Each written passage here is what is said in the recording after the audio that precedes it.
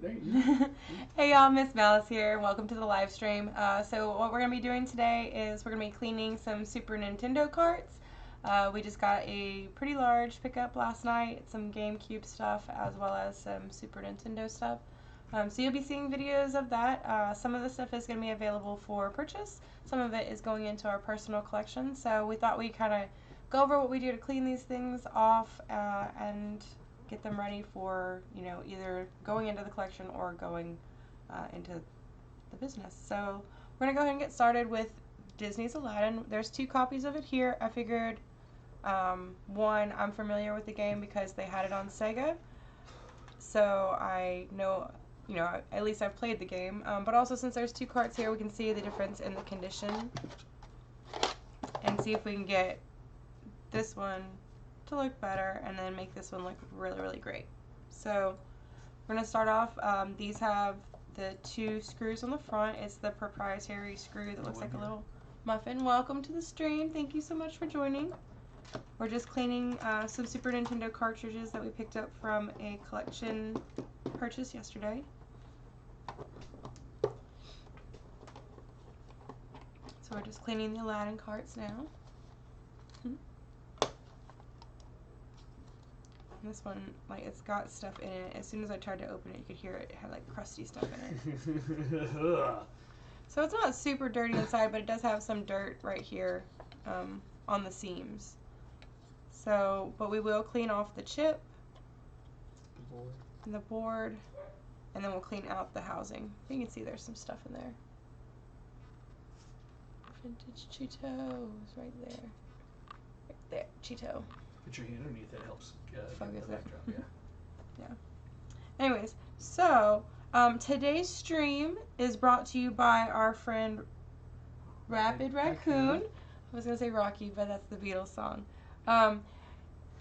He got us this lovely data vac right here. So this is for all of your compressed air needs. It's thing like blows in a good way.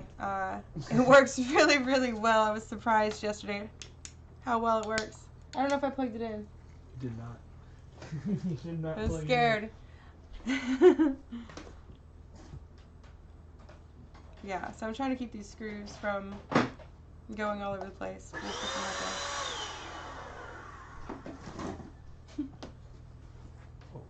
there. Got a lot of cord. Yeah, it does. That it does.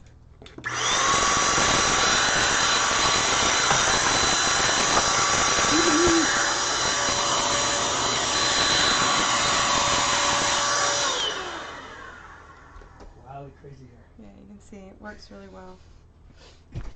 Thanks, babe. Thanks. You like those Maxwell tape commercials? I don't remember those commercials. Like the Maxwell, when the dog in the front of the TV. TV. Yeah. Blow and then blow his little ears back. Yeah. Yeah, that makes sense. Okay, cool. All right. So we're gonna use a little bit of alcohol. Clean the carts out. We're not doing any like major deep cleaning on this stuff. We're just trying to get any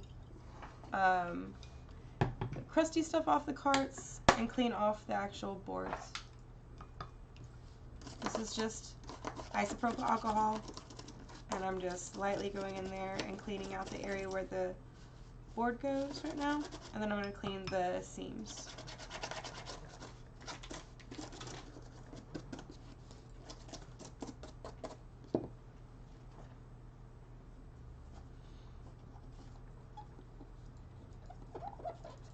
You can see just that little bit right there was pretty dirty.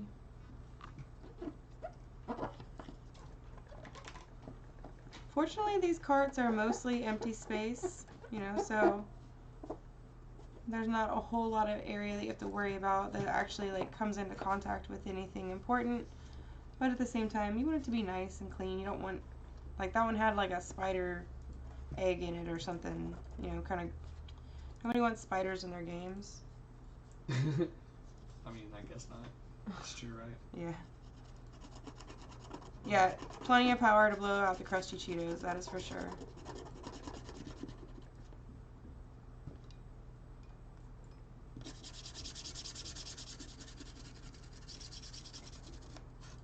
the whatnot thing above your head. Woohoo!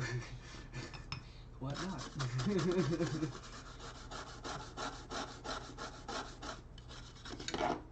Ow, my foot! Ow! Just playing. Why don't you tell your mom? Tell my mama on you.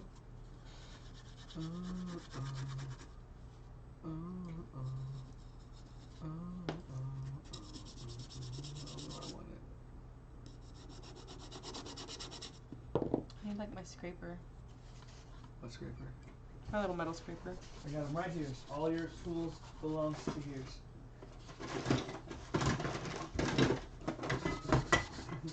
General Malice, we heard your story, and we have determined that is a lie. Woo! Where'd it go? Where's the speaker at?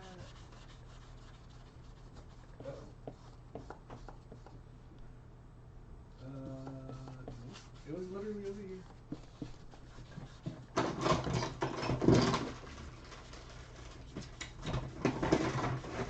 Maybe it was in that box.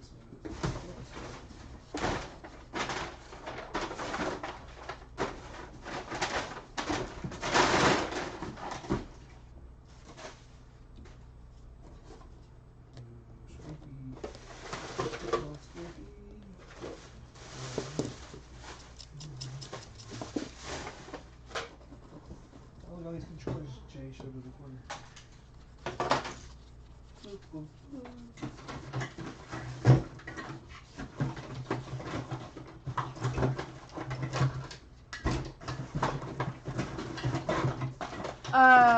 For the whatnot spring thing, it's gonna be Saturday. I think that's what you're talking about. Dripping Springs is 3 weeks. Oh, Dripping Springs. Sorry, Dripping Springs. Haha, I can't read. 3 weeks. I don't know the exact dates. I haven't locked it in. Yeah, we haven't confirmed it just yet. Yeah, I don't know where those metal things were currently. They were in a box amongst all this cleaning supplies. No.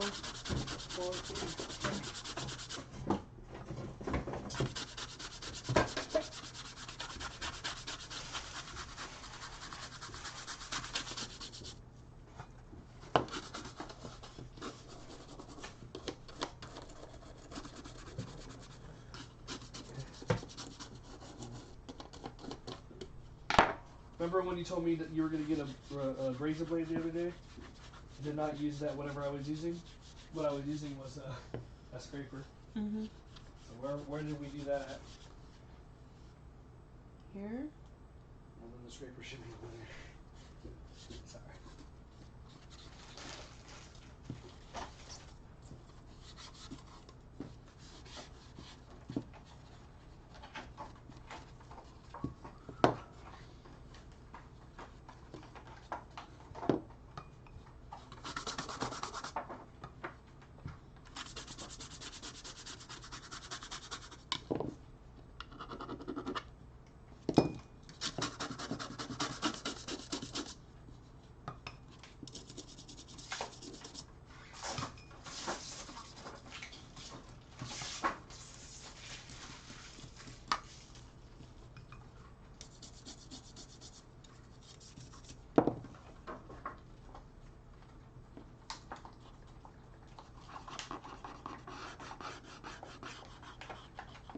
I had toothbrushes and everything in there too.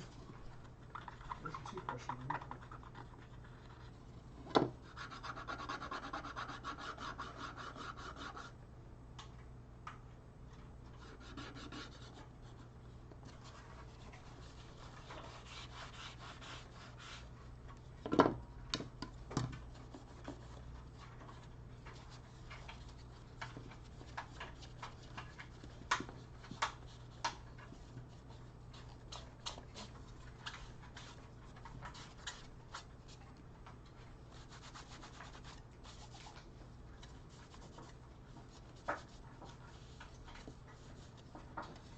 Alright, that back looks nice now. Just dust off this right here.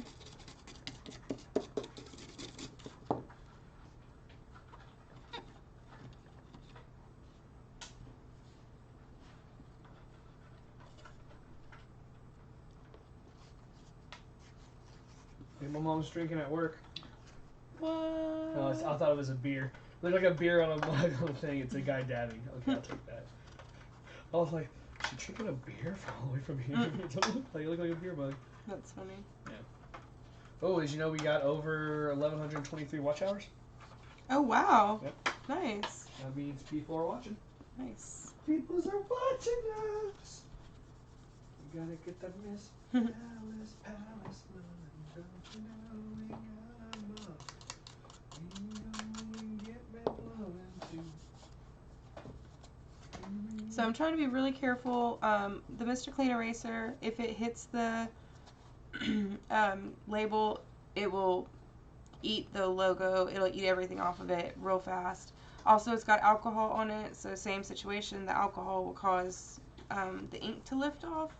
So I'm just trying very, very hard to make sure that the little pad isn't super saturated, and I'm also not trying to press down really hard to like make the alcohol drip out of it. Wasn't I supposed to meet that guy for the doll today? He's supposed to call us. He was supposed to message us, but he's never told me what time. Okay.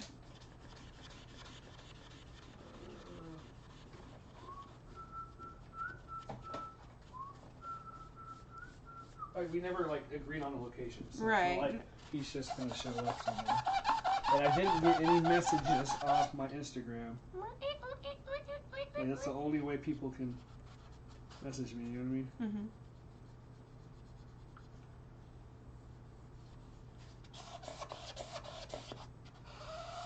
Ronnie got a refund of his thing. Good.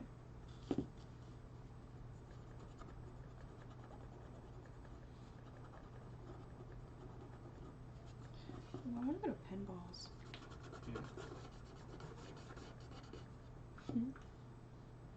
MsMalice is now live. 2 viewers, what's up? Welcome. Thank you so much for joining us. Howdy. We're just cleaning Super Nintendo carts right now. I'm using a Q-tip and alcohol to try to get this little dirt out of the texture.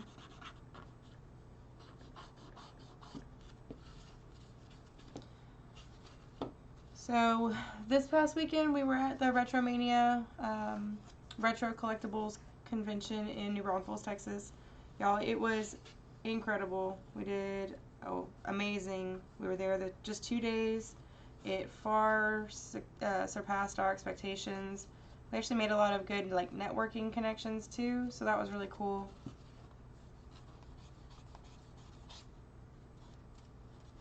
So after the convention was over, we actually picked up a collection that had some GameCube and some Super Nintendo stuff in it, and so this is some of the items from that pickup.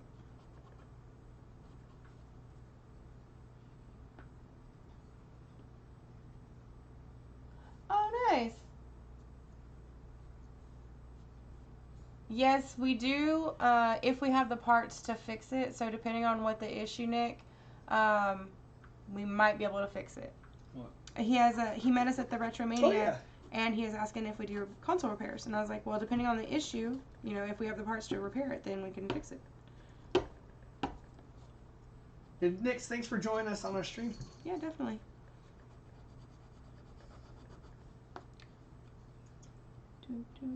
I have to go edit videos here in a second, so I'm about to leave y'all with MsMalice. Yeah. And I'm just sitting here, just doing my thing.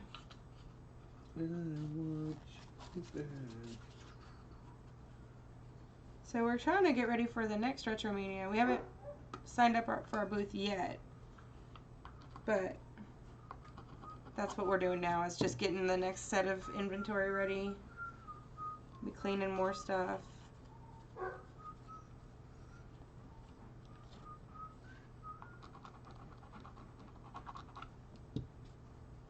Looks like Okay. $50. That's better. So like I said, I'm just trying to be real careful right now because I'm using alcohol. I don't want to damage the sticker, but I'm also trying to get all of this residue and stuff off of here.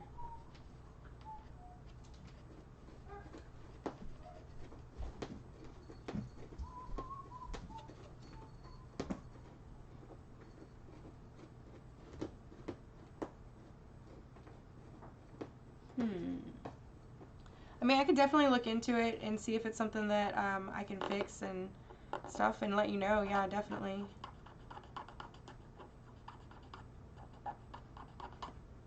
And if not, then we do have N64s available. You could always trade us the broken one or the non-functional one for one that we have that is working. Because we do trades and stuff too, so.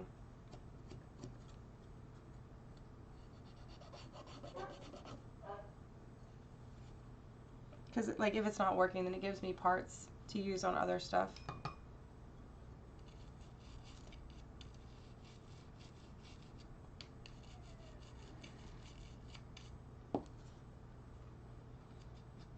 It'd be a lot easier if I had my little scrapey thing.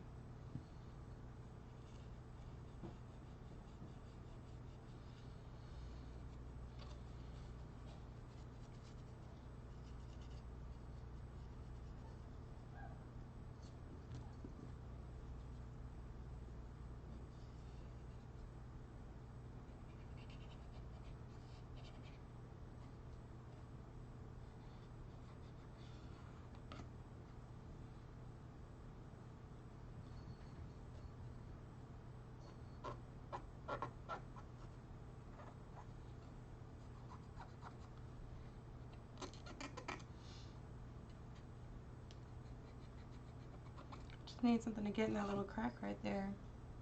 That's the one thing about these cartridges, since they have those little triangular pieces that lock the two segments together, it seems like they always end up with stuff underneath there. You know, so just take a second and kind of use something to scrape it out. I don't know what this is. It's a little sticky. That side's not so bad.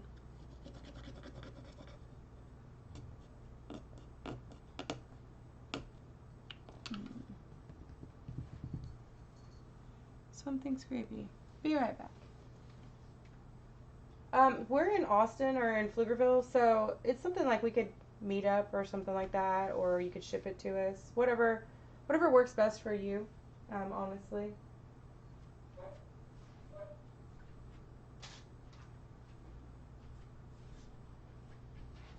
We travel a lot, so if you're kind of in our area or in an area that we go to,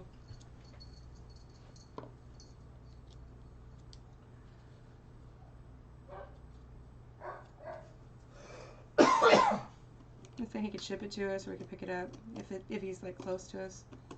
I'm reading it. So Nick, if you're somewhere between in the I-35 corridor, we could definitely make up a time to meet you somewhere appropriate. We're in the very north part of Austin in Pflugerville, but we do go down there all the time.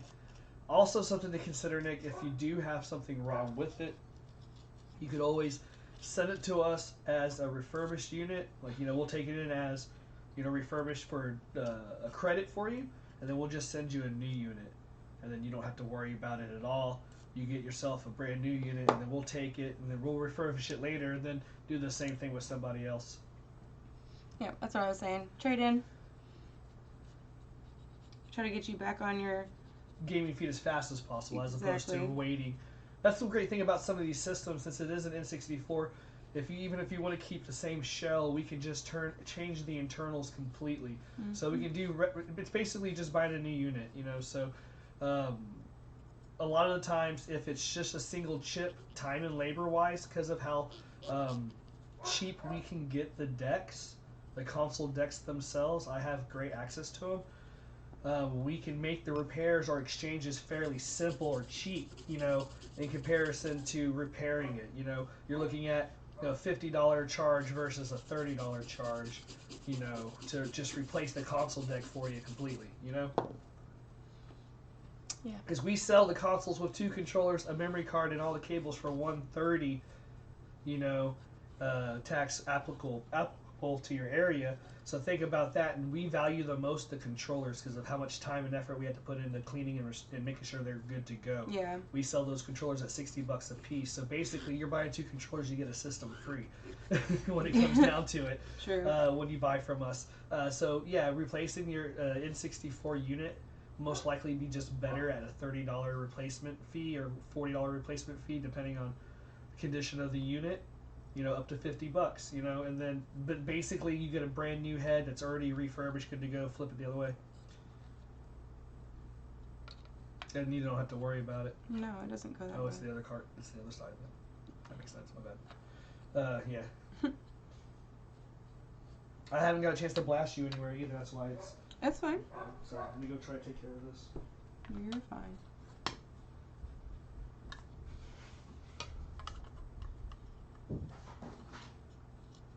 Okay. Yeah, definitely.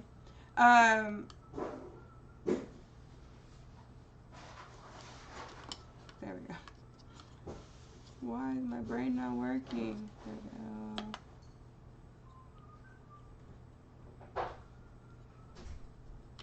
There we go.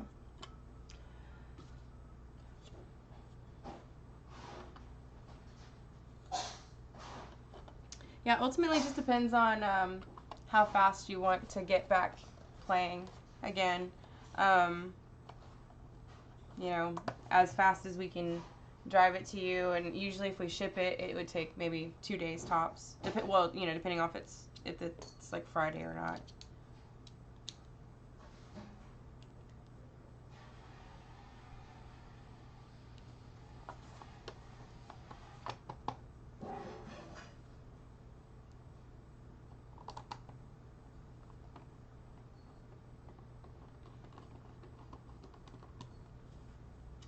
Alrighty. So first game is done. Can't do anything about the sticker to make that look any better. Unfortunately, it does have quite a bit of wear on the top seam or top edge. But for the most part, I mean, it still looks nice. You can tell that it's Aladdin. We got all the dirt and stuff out of there. It's not really discolored or anything like that. We were able to get the majority of the name off of the back. So you can kind of see it now, but not as bad as it was. It was in permanent marker before. So that looks pretty nice. We'll go ahead and start on the second Aladdin that we have.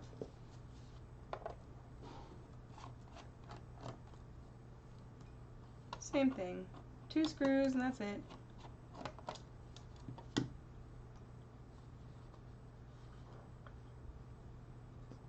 So this one's not as dirty, like on the outside edges or anything like that. Let's see if we've got any surprises on the inside. No, looks pretty good. There's some dust in there. Nothing major. The board itself looks good. So this is a quick and easy cleanup. It's mainly the outside of this cart that needs the work. So that's cool.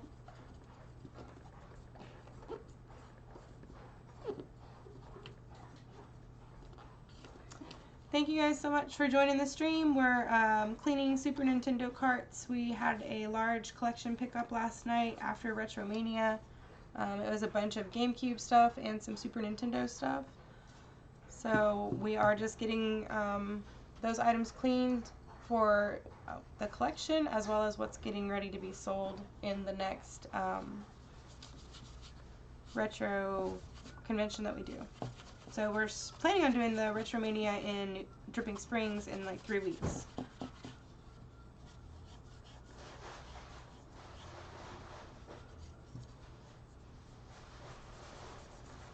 This is just a Mr. Clean Magic Eraser, and we're just going over the cart lightly to get any of the residual kind of discoloration and any dirt that's ground into the texture of the cartridge.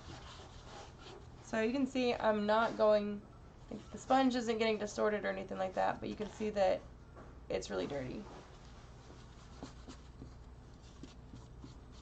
The main thing you want to remember about these is that they are like a very, very fine sandpaper, so the more you go over the stuff, the more of the finish you're going to destroy.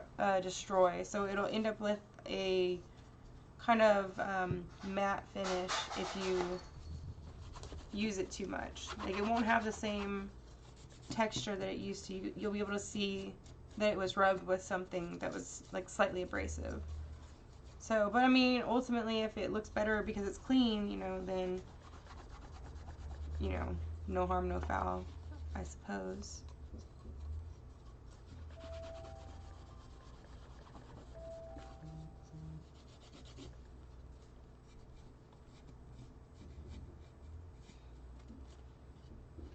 So y'all, if y'all went to Retromania, let me know how y'all liked it. Did y'all find anything that was neat there, or what was y'all's favorite pickup that you got while y'all were at the convention, or what was the coolest thing that you saw while you were at the convention? I didn't get a chance to go around too much because we were so busy the whole time, but we did get to meet a lot of really nice people, a lot of families. That was really cool seeing everybody getting their kids into the retro games and stuff like that. And our son was with us, so it was neat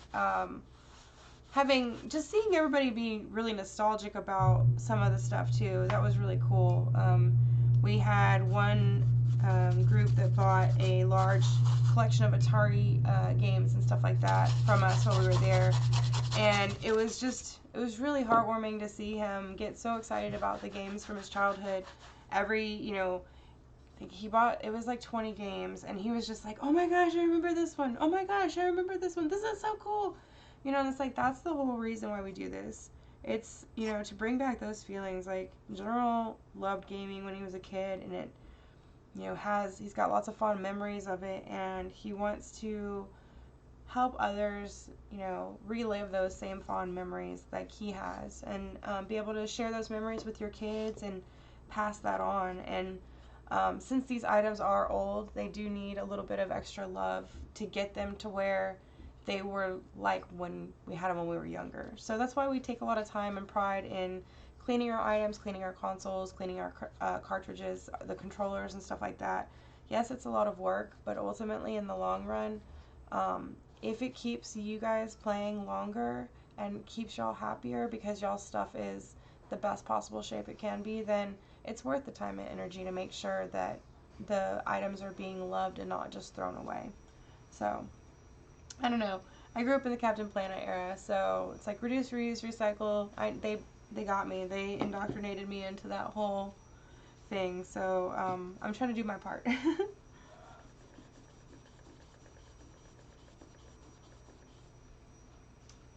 That's awesome. Yeah, my son got to meet him too. That was really cool. Did you get to meet the Power Ranger while you were there? I thought that was really neat. His or her son was the kid with the TV kid, or TV man. So that was really neat. He was really nice too. He came up to our booth quite a few times. That was fun. Getting to meet the Rick and Morty artist that was there, that was cool too. He also was a Star Wars artist. So that was cool. We were getting one of his sketch cards for Star Wars, so I'm happy about that. Let's see, what else did I see? There was the Legos. Those were cool. We got the little Silent Hill ones. And then what else was there that I saw?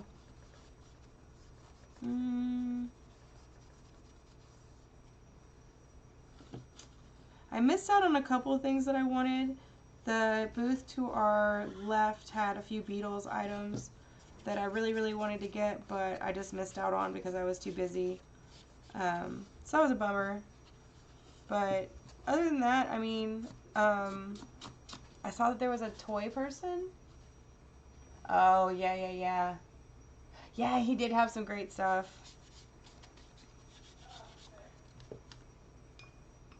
But yeah, it was fun. It was way more busy, way more packed than I expected it to be.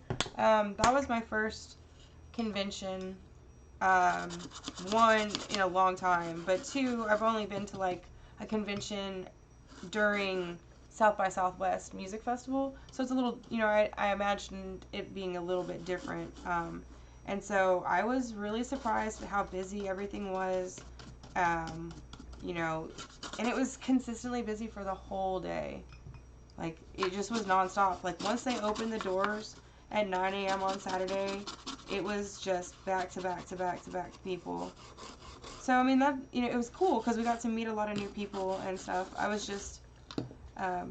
just wasn't expecting that, honestly. I guess it's, you know, everybody's tired of being cooped up inside, so having an opportunity to get out and do something is exciting. So, it was fun.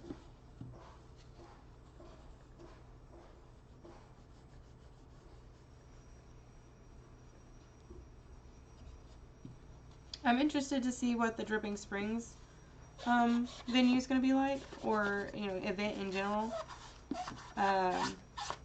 You know, is it going to be as busy, or is it going to be less busy because it's a little bit, you know, more off the beaten path? Like, Dripping Springs isn't quite off 35 the same way that New Braunfels is. So, is that going to make a difference in the crowd, or are you going to get, you know, a different crowd of people just because of the area? Or is it just not going to matter and everybody's going to show up regardless because they're like, it's between Austin and San Antonio and they have the ability to go?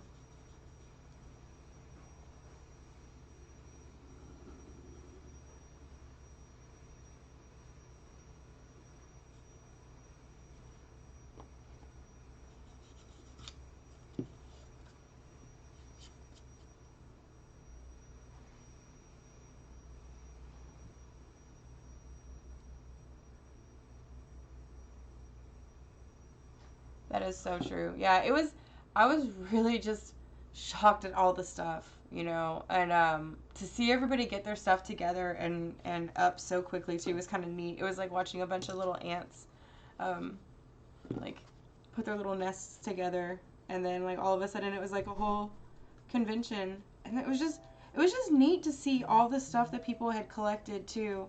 Um, Not that it's stuff that like I like look over or look past, because I mean I think our collection or our kind of range is pretty wide considering that, you know, we look for new and old toys and games and stuff like that.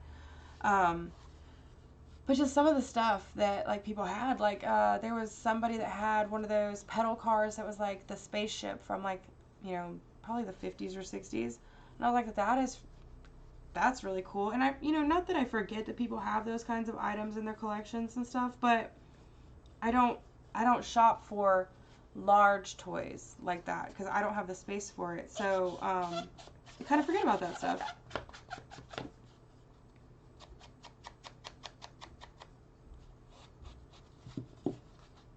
I just thought it was really neat seeing all the kids, like, and kids that actually knew about the stuff that was there. There was this one little guy that he knew his Nintendo 64 stuff. He couldn't have been over 14, and he was like, nope, I want that game, and I want that game, and I want that game, because I played all these, and he explained all the games and stuff like that, and I was just like, wow, I mean, you get it, little dude.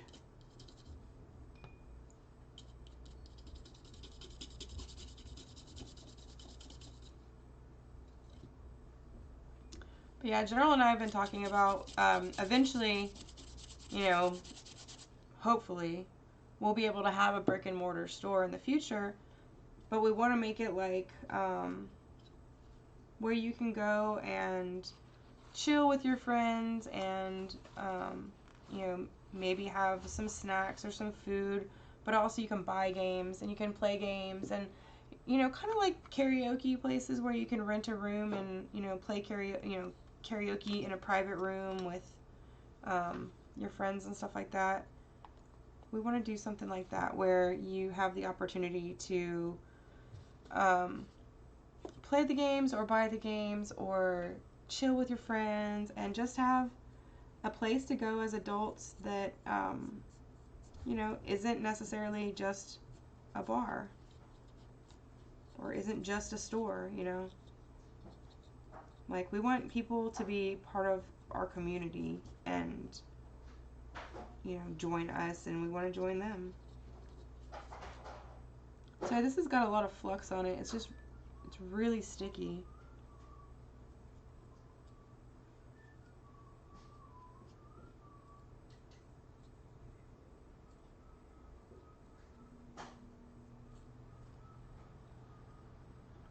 hope that's flux. Oh. So it's just alcohol, 91%. Thank you guys all for joining. Welcome. We're just cleaning some Super Nintendo cartridges.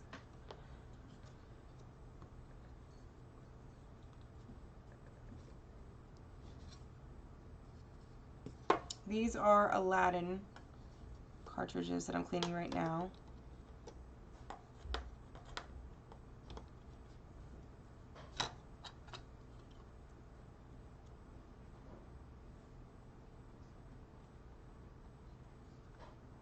This one is just still sticky.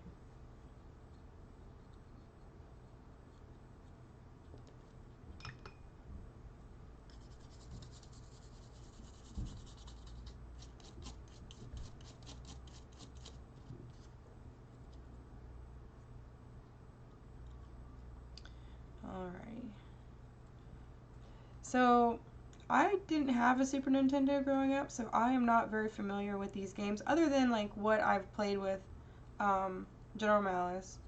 But out of this collection, there's this one game that he is super excited for us to play together. He says I'm going to love it. It's called Sunset Riders. And so he's told me a little bit about it. He says it's kind of like a shooting game.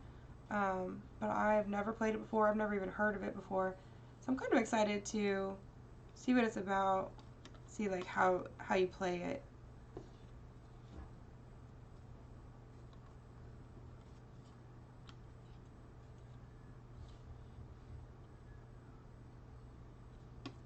Smells bad. It's just so sticky. Anyway, so our second Aladdin is clean. We're gonna put that back together. Put our little screws back in. And I'm not doing any like water cleaning on these cartridges. I'm only using the alcohol since I'm trying to avoid getting any moisture into the circuit or into the board, card, chip, whatever you want to call it. And so I'm trying to use just a toothbrush, Mr. Clean eraser, Q-tips, and a paintbrush for cleaning out what I can.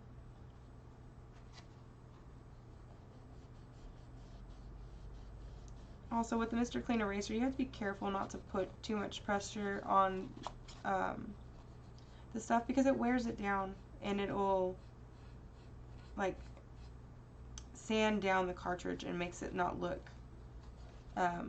as nice as it did before.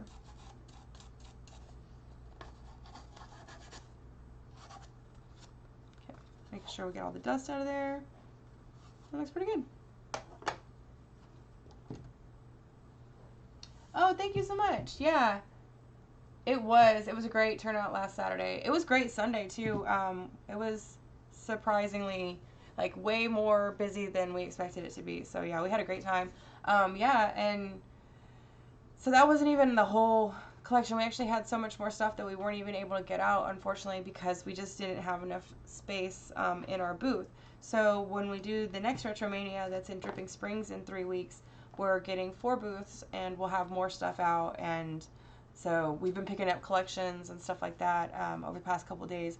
That's actually what I'm doing right now. Is this was a large GameCube and Super Nintendo collection pickup that we did last night, and now I'm just cleaning all the carts out, getting them clean for our collection, as well as getting the rest of them prepped for sale. So this is what I do to get the items ready to go to market, and as well as going into our collection. One, because we want to make sure that the items are clean. Nobody wants to get old, dirty stuff. And we want to make sure that it's going to work. So after we clean everything, we test all these items and make sure that they work. And then we show our customers at the conventions. We had a little setup so that they could see that the games worked and stuff like that. We did ultimately have a few issues where games, worked on our console but didn't work on the console when they got home and stuff like that. So we were able to remediate those situations for customers. One was the cartridge was just dirty. The other one, I think their console just wasn't working anymore. So this is, you can't really, I don't know if you can see it or not, but there's some like chunky dirt right here on this. This is why we take these apart. I don't know if it's dirt or if it's bugs or if it's whatever, but if that stuff stays on the board and it like decomposes or it gets wet or anything like that, then it will cause damage, can cause oxidation, can cause corrosion, and all of that stuff will cause your game not to work correctly. So, you know, we don't want that. We want these games to last as long as possible. We want to keep them out of the out of the trash, out of the recycling plant. And so we're doing our part to clean these items up so that they can go back out and be loved again. The whole point is for our customers to get to relive their youth and to have that same feeling they had when they were kids again. I don't want you to have to worry about your stuff when you get it from us. So since this cartridge has the sticker on the back of it, instead of it being the embossed information right here like this Aladdin one has, so all of the stuff that's on the sticker is actually hard plastic on this case. I have to be a lot more careful in cleaning this one so that I don't damage it any further. The sticker's already cracked and stuff, but you know, I'm trying to preserve this. I'm not trying to do additional damage to the cartridge. Yeah, oh, yeah. I don't know when or where is that? Is that, you said that's here in Austin, right? Yeah, I think I remember talking to you. Yeah. Oh yeah. Yeah. And you know, it's funny, I just thought about this. I went to school, I have a degree in anthropology, you know, so I studied you know, the evolution of humans, but my focus was forensics, so I, you know, like looked for like crime scene stuff. But anthropology and archaeology are so similar, so you have to learn how to like dig up archaeological finds. And I'm like, oh, I'm just using like my archaeological, you know, preservation stuff to like preserve video games. So it's a full circle. I didn't even think about it. And the cool thing is I get to study people and how they react with these games, which I really enjoy. I think that's really neat. You know, how much joy these little pieces of plastic and circuitry can bring people. I really, like, part of my favorite stuff from the convention was just seeing people's faces light up when they saw something, you know, and some of the stuff was like, one group of people got super jazzed about the Bible Nintendo games that we had because they were like, yeah, no, I got grounded and my mom took away my Nintendo games and she only bought me the Bible Adventures games, so like Noah's Ark and Bible Quest and stuff like that. And they were like, dude, we figured out how to make them fun. So I have fond memories of those games. I was like, that's awesome. You know, and it's like, that's cool. You know, we have, to me, the game, I'd never even seen it before. It was more of a curiosity than anything. And to somebody else, it was like, that was like their jam. And I was like, that's so cool. And then the really cool thing was, too, getting to meet the other vendors. Yeah. Okay, cool. Yeah, I do remember speaking to you and my son. Actually, my son was showing us your stuff the other day. So, yeah.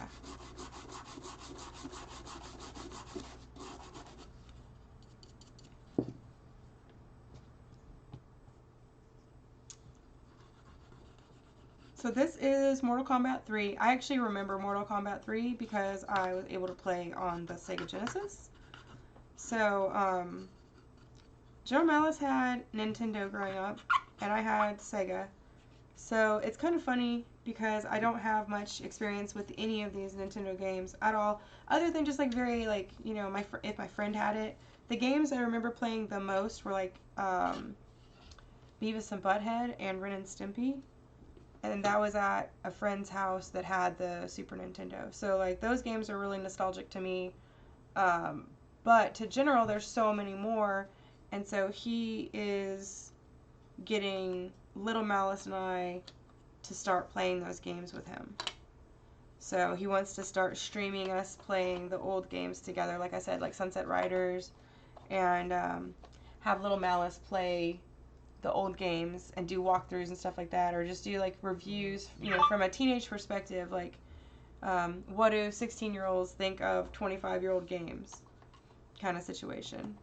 Because there's some games that he has played he really likes, and then there's some games he's like, you know, I just couldn't get past the way that they walked or whatever.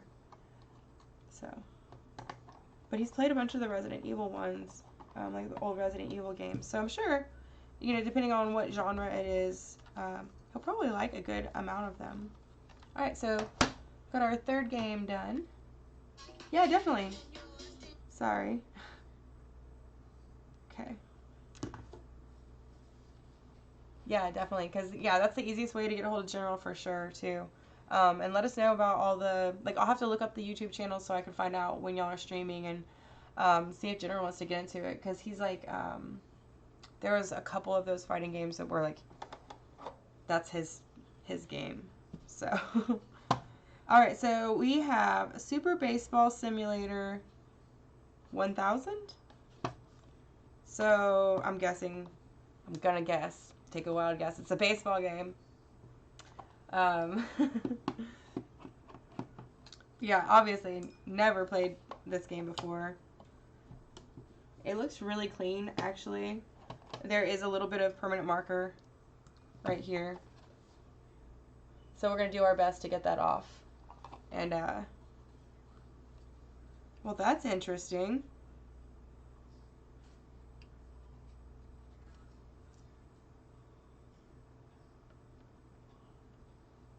Okay.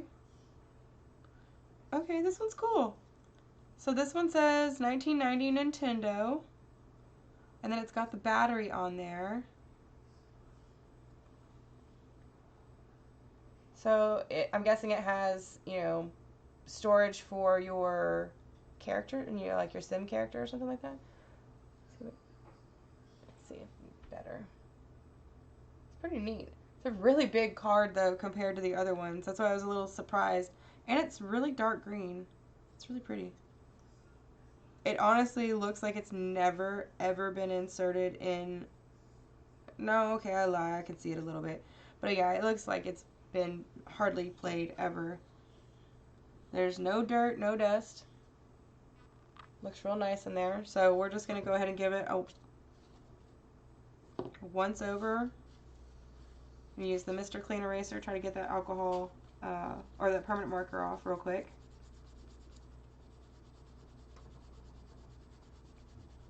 It's working, y'all. It's working.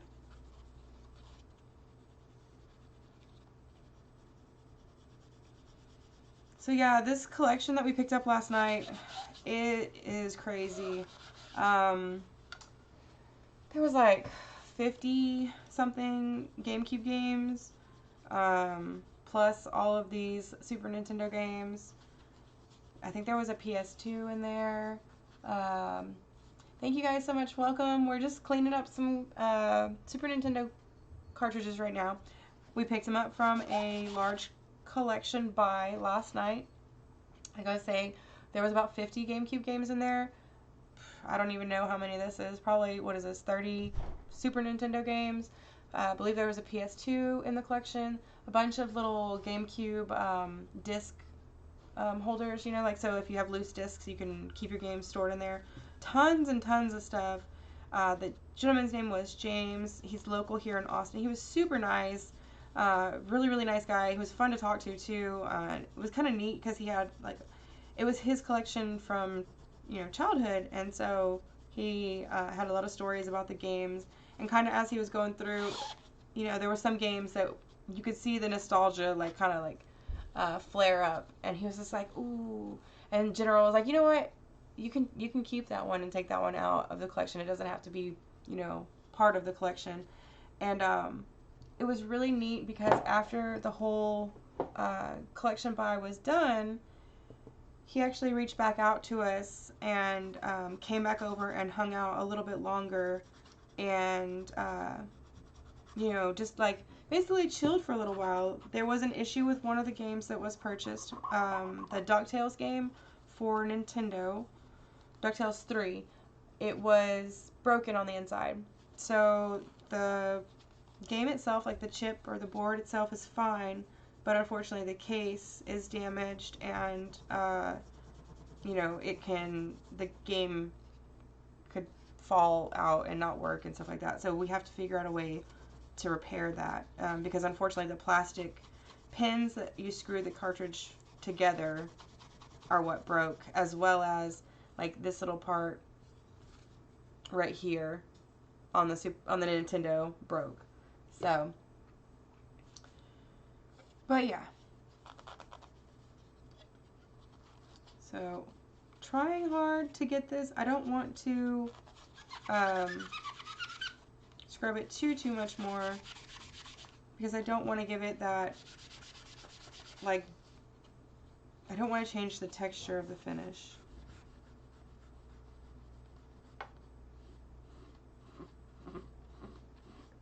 Okay. See if we can use a little Q-tip. And like I said, this game is in really, really nice shape. There's no dirt or anything on the inside of it, so I don't want to cause any unnecessary damage to anything while I'm cleaning it. So I think I'm going to leave it at that. Wiped it down really nicely. I'm just getting this little bit of dust right here. We'll use a clean Q-tip and some alcohol. I'm just going to wipe down the contacts. And then we're going to put this back in there.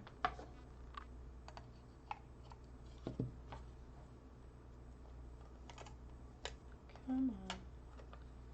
There we go. That was easy enough.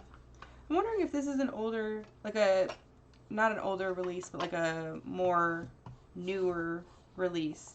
I noticed that instead of having the brass colored screws, they also had silver screws. So, I think it's kind of interesting, you know, as the console ages, what changes and what stays the same. You know, I found that a lot of the screws on the inside of like the GameCube started off as brass screws, and then over time, as the newer consoles came out, they stopped using the brass screws and they started using aluminum screws. I'm sure it's just to cut costs, you know, try to save money where you can. But I just think it's kind of interesting. So, alright, let's see here. Oh, this was a game that was talked about quite a bit at the Retromania convention that we were at this weekend. This is Battletoads Double Dragon. So, I've never played this game before. I've heard of it now because of the convention. But so, is it like a fighting game, or is it where you can select the frogs or the toads and the double dragon guys? Is it more of like, is it like Golden Axe, where you guys are like, you know, fighting together and fighting bad guys together, or is it like a Street Fighter where you're fighting against each other kind of thing? See, now we're back to those tiny little ones. This one says Nintendo 1990. Alrighty. So we're just going to go ahead and give it a little wipe down. And this one is going to be going to be available for sale. So it will be at Retromania unless it's picked up beforehand. But again, that's why we're doing this now. We're going ahead and getting everything from the collection cleaned so that it is ready to go for the next convention.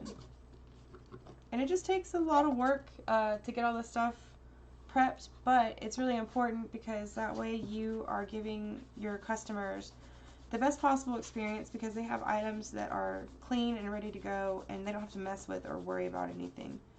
You know, and unfortunately, sometimes things do happen. Like I said earlier, we did have a couple of issues. We had an issue with the PSP not working, and we had an issue with the Nintendo not working.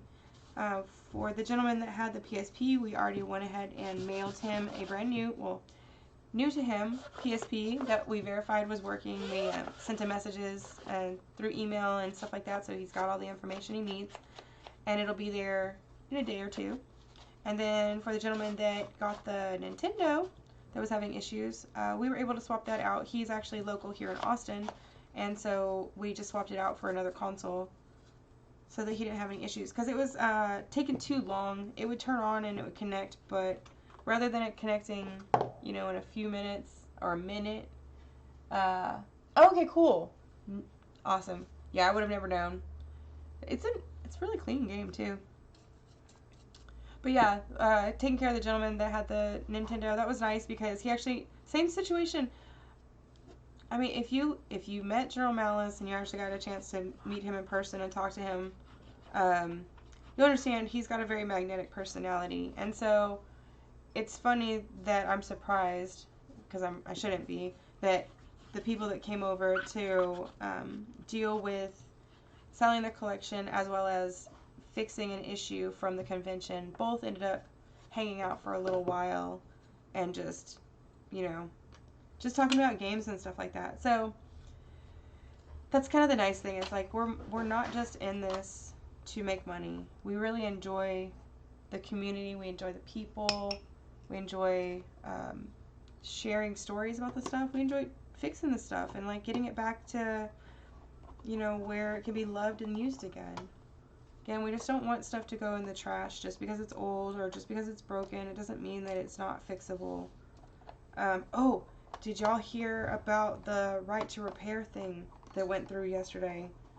I don't know all the details yet, but I'm really, really excited because that means we could be getting information on how to fix like PlayStation 5s and PlayStation 4s, and that they'll be forced to supply that information for repair shops and stuff.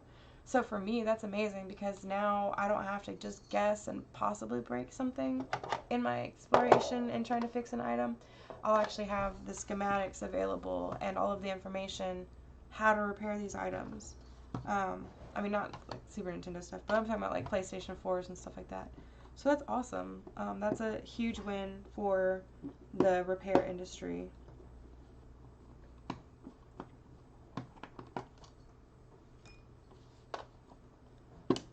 All right.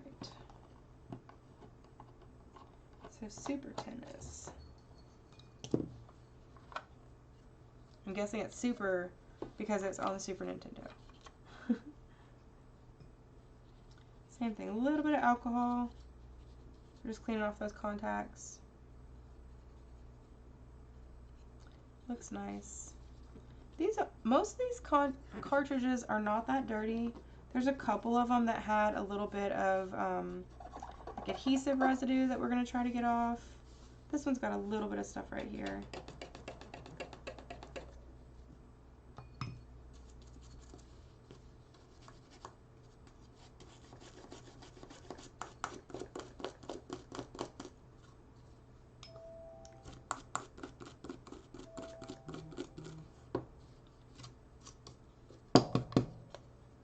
That one actually had stuff in it.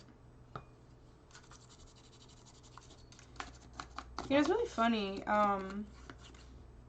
You just think that with these things being closed cartridges and closed systems, essentially, that they wouldn't get stuff up in them. But you would be amazed at how determined and resilient bugs and beverages are at getting into nooks and crannies. Like, this one didn't look like it was dirty at all. Didn't have any, like, outside verification or, you know, anything that would lead me to think that there was stuff inside of it. And then I open it and there's, like, sticky liquid. Sticky liquid everywhere.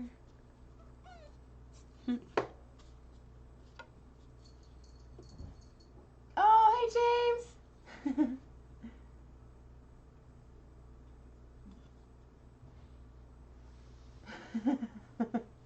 No, you did a great job maintaining these carts, James. Seriously, like, most of them are in immaculate condition. I found one tiny little piece of dust and, like, one little thing, and there's been, like, a little tiny bit of, like, on this one there was, like, a little tiny bit of liquid, but I mean, seriously, these things are, like, 30 years old, so, you know, to have a tiny little bit of something on them, it's no big deal.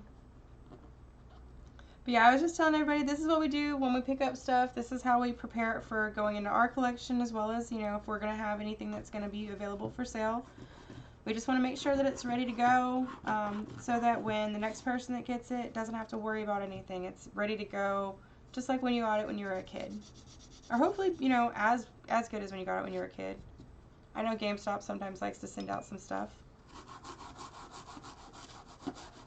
It's just like now how you get games with no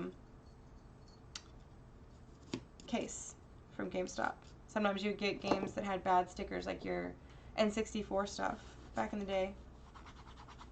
We've got one South Park that has no sticker at all. We have a post-it note on it. I think it's kind of funny.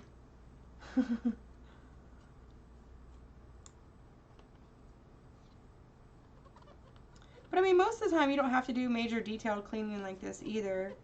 I like to do it because I want to make sure that since I'm, you know, selling some of the items, or since I sell items, I want to make sure that there's nothing going on in there. The consoles, honestly, are the ones that are the craziest. They've had the most things. I had one GameCube that had, like, these giant mosquito hawks in it. There was like 3 or 4 of them. I mean, they were no longer with us, but they were large bugs in there.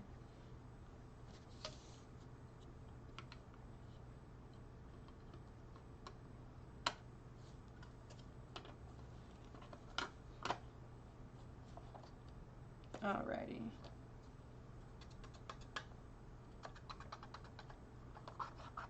Yeah, these things are in such great shape. They're so well taken care of. It's really more of just years of, you know, accumulation of stuff from, you know, people touching the games and stuff like that for the most part.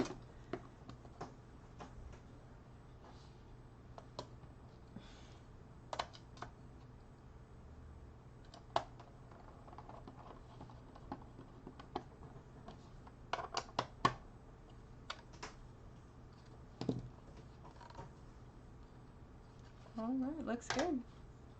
On to Tetris 2. See, this one has the brass screws. It makes me wonder, too, like, you know, was it maybe higher end titles that got some of the higher quality items? Like the different colored screws and stuff like that?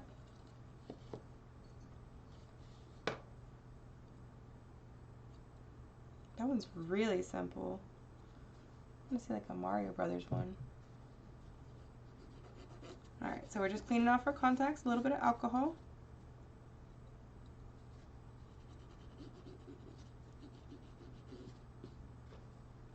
Clean out where the slot goes in.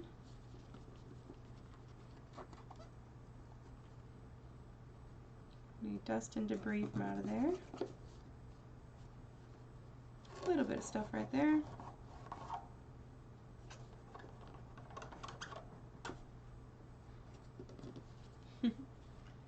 Bugs and consoles. Yeah, no, it's crazy. Well, I mean, I've seen some things with controllers and stuff like that where it's just like, we have a box of Wavebirds, and out of those Wavebirds, well, I mean, I think it's just GameCube controllers in general, they get so nasty. The joysticks and the thumbsticks are always like caked with grime. It's really, really gross. So those take a little while to clean. So James is checking us out right now. I'm just now unloading all the games From the garage. Always got a lot of work to do, man. How you doing, James? Thanks so much. I appreciate it. That is true, man. We have seen some gross stuff in some systems. Mm-hmm. Well, I was talking about the Wavebird controllers, how dirty those were. Oh, yeah. The bugs that were in the GameCube, or in the GameCube. The Cheeto dust. It's like we don't want any vintage Cheeto dust.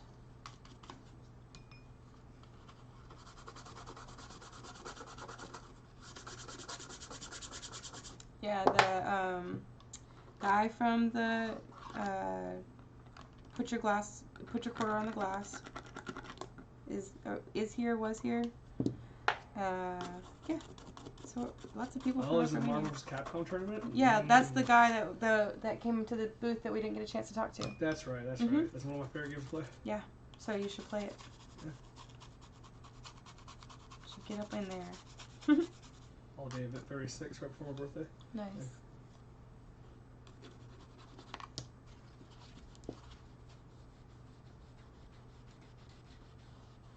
Yeah. There we go. That's looking better. So since this one has the sticker on the back, I'm trying to be really careful not to get it wet.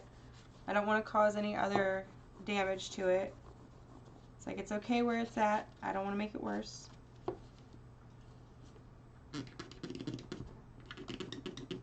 Use a little bit of cotton swab. You would think she pusses out the gloves for controller cleanings, but nope. Nah. We get dirty. Gritting and gritting. I like to feel the stuff with my hands, like the actual game with my hands. It just makes me feel like more a part I of gotta go back to work. more a part of the cleaning. More work. Actually, I need a tinkle. No.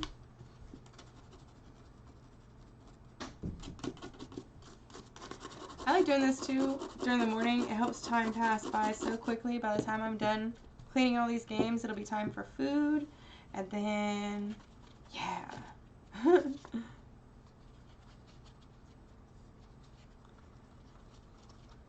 Honestly, I just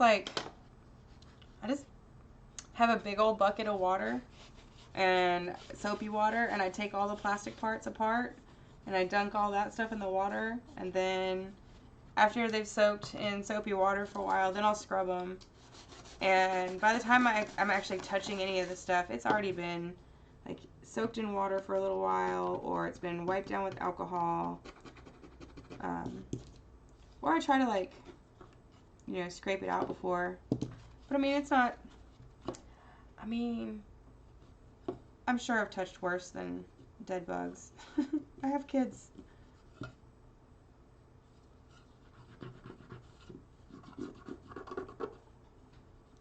So same thing, we're trying to be real careful with the label on the front. This one does still have the clear, like, top coat intact, but I don't want to risk saturating the sticker with alcohol and having it lift up, or damaging that top layer of the sticker. It's like we're trying to keep it looking fresh as long as possible.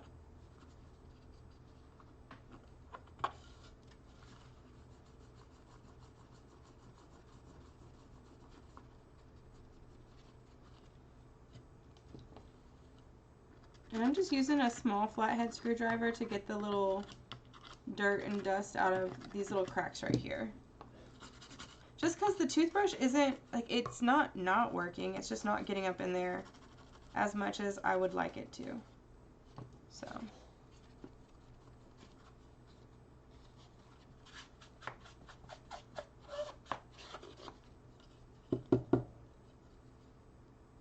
That looks really nice. A little bit of stuff right there.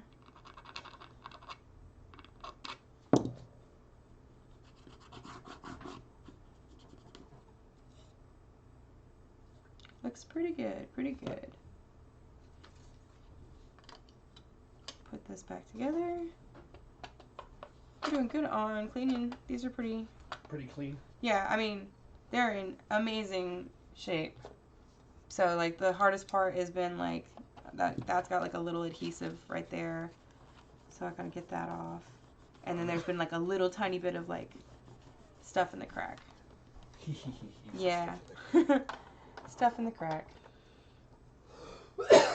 Hey, James, if you're there, man, just to let you know, I already started kicking in on these games. First one I played this morning was King of Dragons, which is the precursor to Knights of the Realm from Capcom, one of my favorite games of all times. I don't know if you got a chance to play this game in a while, man, but King of Dragons is a Final Fight side-scrolling game with 15 levels of some crazy intense fun. I got to level 14 today before I ran out of continues by myself. I was pretty into it first run, so definitely Definitely, I'm so happy to play this, and then me and MsMalice can't wait to play Sunset Riders. You keep saying that.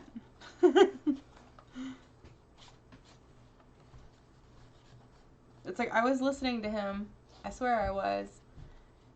And now it's like, for whatever reason, all I can think of is the skeleton shooters. I don't think that's right. It's Western style? I don't know. He knows what kind of games I like, though. So if it's something like a shooting game like you would play in the arcade, that'll be fun.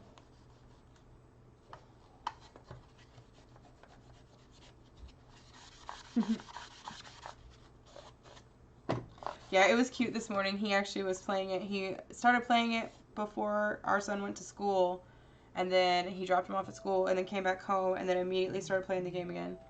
He's like, this game is so much fun. And then I watched it. I was like, oh, dude, that looks awesome. It looks like kind of like the same style as Golden Axe. So I was like, I could play this. I could be the archer and never have anybody get near me. Sounds great.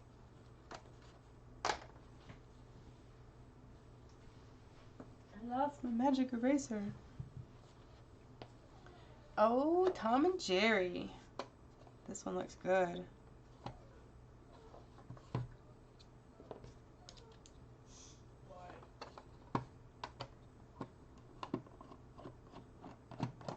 Okay.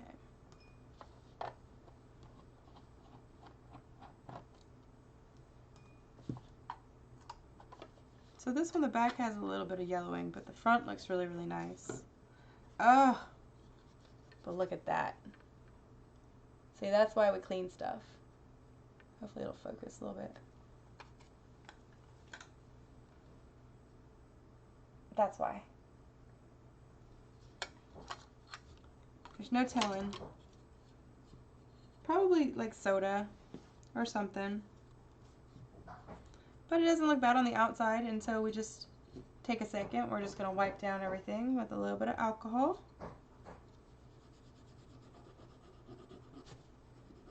I'm actually going to use the toothbrush since there is something on there, so I can actually get it and scrub it off.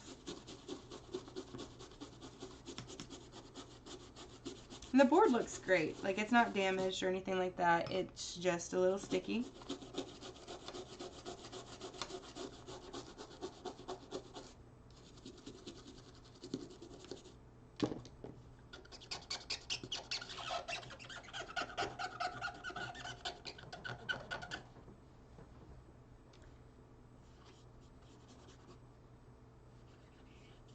And see, I've never played this game either.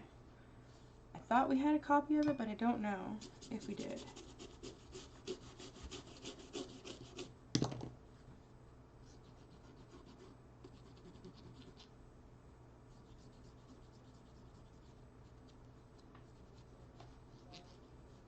Alright. So I got that taken care of. Let's see what this looks like. It's not super bad, but I mean, it's going to look better when it's clean. No! I'm sorry, James. I didn't mean to embarrass you. It happens. Like, it probably was from when you were a kid. So, I mean, when was the last time you played Tom and Jerry? Seriously. And this is not the worst. Like, this is not the worst I've seen, believe me. Like, seriously, it literally looks like a soda spilt and just splashed on it. I mean, it's better than the bugs I've seen. That's for sure.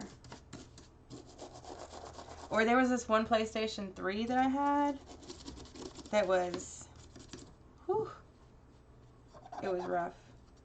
Like, I started blowing out the dust, and it would, like, blow out in chunks out the other vents. It was crazy.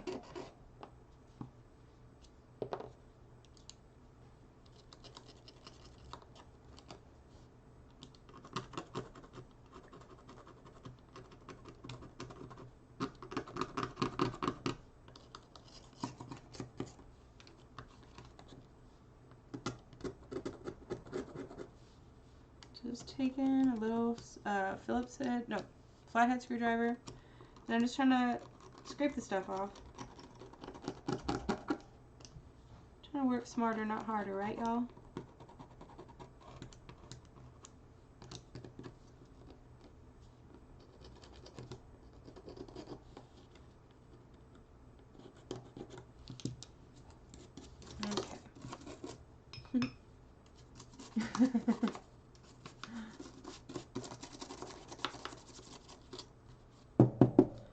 Yeah, and it's definitely not my intention to make anybody feel bad or embarrassed about, like, their collection or if it was dirty or anything like that, because that's not my intention. I'm just showing, like, stuff happens, you know.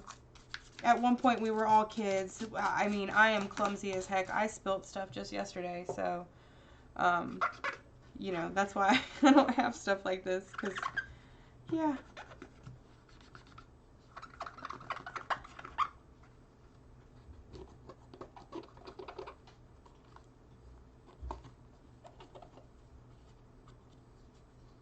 I think we came up with a solution on how to make the DuckTales work without issue too. We're going to build a little 3D printed like scaffolding basically to help hold the cartridge in place from the inside so that it doesn't slide around, and it helps support the rest of the cartridge so that nothing else moves or breaks. So we'll figure it out. It'll be cool.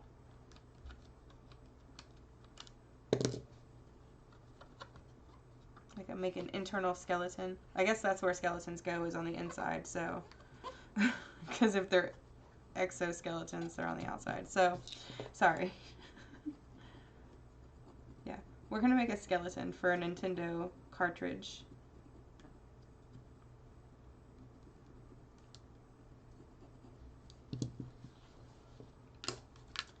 Alrighty, let's see here. Scrub, scrub, scrub.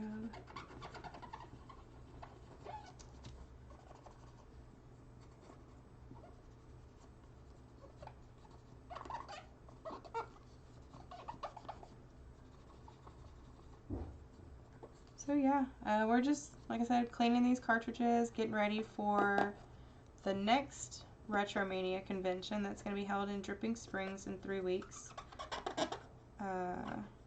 Don't know the exact date yet. I just know that we're getting ready for it. We still have to sign up for our booth. We're doing that today. But we'll be there.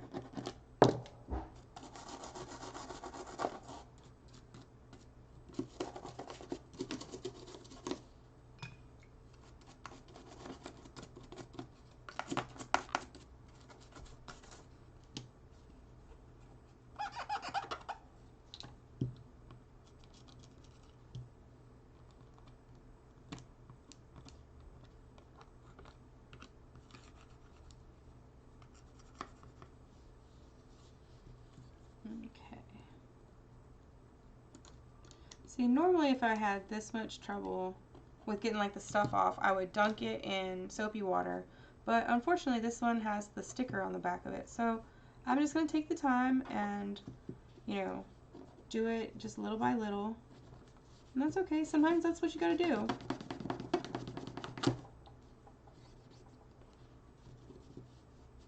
No big deal.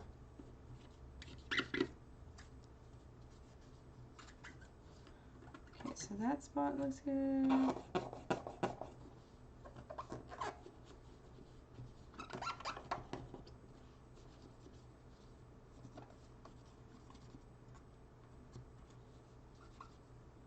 That spot looks pretty good.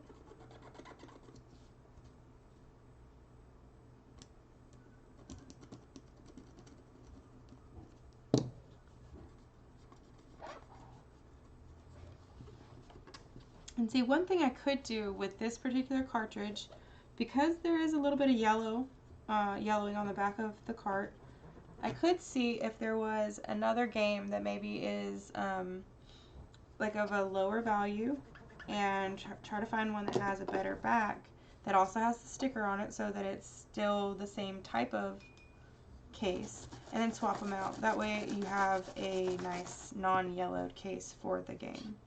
I don't remember if Tom and Jerry is like a $10 game or if it's like a $30 game or what it is. It might be, I don't know. So, but that's something you can do too, is like if you have some lower end games, you can always swap out replacement parts to make your cartridges look the nicest that you can.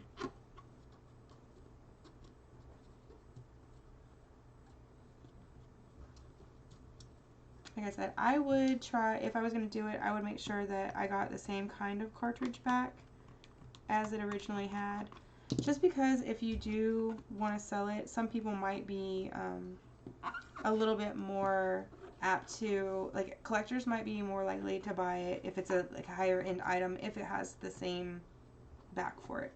You know, it should have the back for it. I hope that made sense. Alright, so we got the inside there cleaned out. We're just going to go ahead and hit the outside with a little bit of alcohol and the Mr. Clean Magic Eraser. Maybe we'll be able to get some of this yellowing off. We're going to just go over it a few times. Not trying to go too crazy. I don't want to cause any dulling of the finish from the sanding effect of the Mr. Clean Eraser. It's really just to try to get off any of the surface stuff.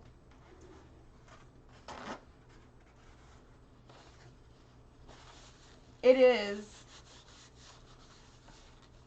I haven't with the more direct overhead camera angle. It's because we have lights that are right there. So we're still trying to figure out our setup.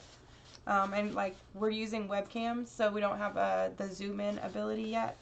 But as we get more into streaming, like more consistently, then we'll end up getting like better setups and better angles and stuff like that.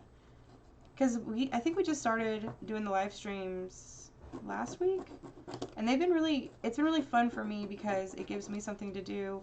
I don't work anywhere other than our business, and I go to school online, so I really don't go and see people anymore. And prior to doing this, I was a hairdresser, so I was always talking to people every day, so I miss being out and about doing stuff. So this is fun for me to be able to still like talk and hang out with people. But yeah, I like the cleaning of the consoles and cleaning of the games and stuff like that. It's very it is very therapeutic to just take the time and make it look right and see how dirty it was. And even if it's not super dirty, it's just, you know, there's something about just taking the time to like clean it and fix it. Makes me feel good.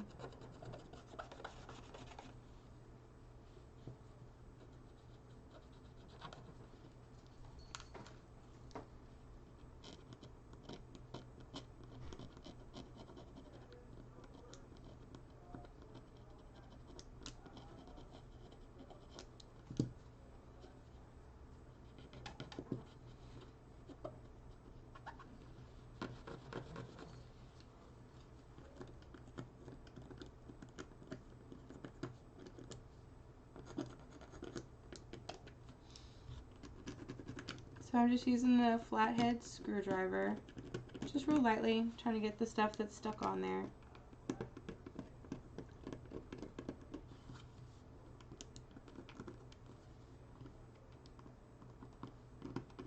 Like I said, normally I would soak these, but since they have stickers on them, I can't. So I just got to do what I can, get it saturated with some alcohol. Hopefully that'll loosen up whatever this is, and then makes it easier for us to get it off there.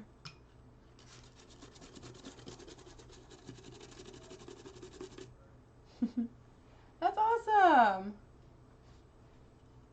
That's awesome, Nicholas. I appreciate it. Because, yeah, I mean, that's what we're here for. I'm here to, like, we're here to start a community of like-minded people that are, you know, that enjoy the same thing and are doing the same thing. Like, I'm not trying to not help people learn how to fix their own stuff. I want y'all to be able to fix your own stuff, you know? And I like hanging out with y'all and just, you know, like I said, having a community of like-minded people that are all trying to do the same thing is awesome. Oh, that's cool, Nicholas. That's what I was saying. I was like, that makes me happy. So I got good news, guys.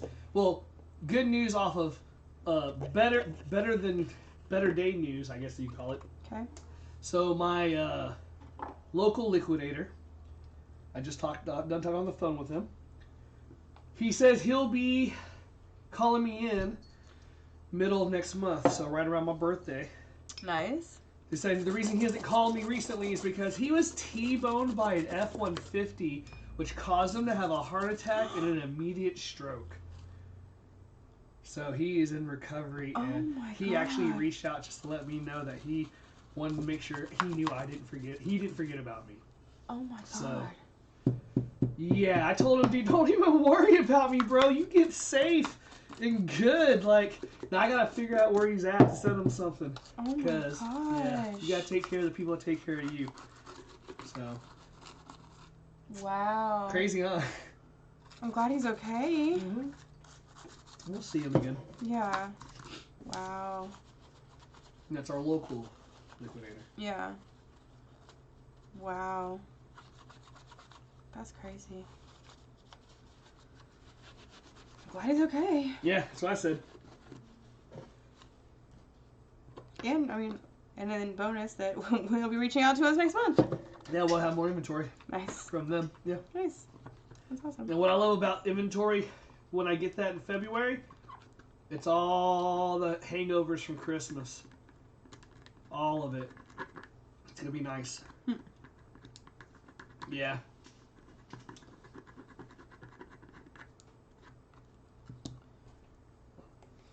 Yeah. So what's best about these streams, guys, and what you are helping us with this too, I don't know if MsMalice talks about it, is we got to get our numbers over 4,000 watch hours. You know, we're about to hit 1,000 subscribers, but without the watch hours, it doesn't really mean much. They asked that we have, you know, people continuously watching.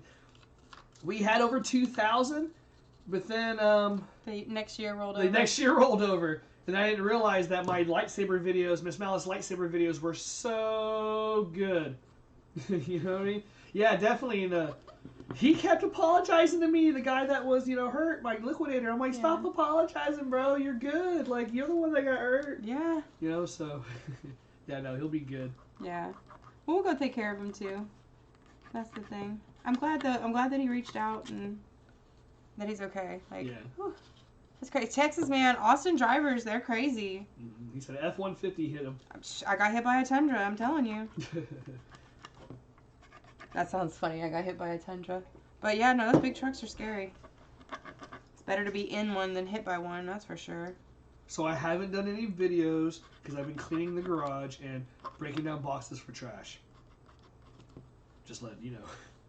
Oh, okay. She was like, what does that mean? That means that I'm getting Maggie Moos with my lunch today. I guess that's what it means then. Yay! Does that mean you want pineapple fried rice? No, I still want to get Hooties. You want Hooties over I still want Hooties. Okay. Hooties it is. Well, let me go finish working then so that we can get some Hooties. Yay! They're like, what is Hooties? Hooties is this like sub shop that is in the town next to ours that is like, if you're a local, you know about it. And I've been here 20 years and I've known about it, but I've never eaten there. But it's a sub shop and I'm just like, I really want a sub. I want one with all the fixins, all the stuff, except for mayonnaise. And yeah, so Hooties.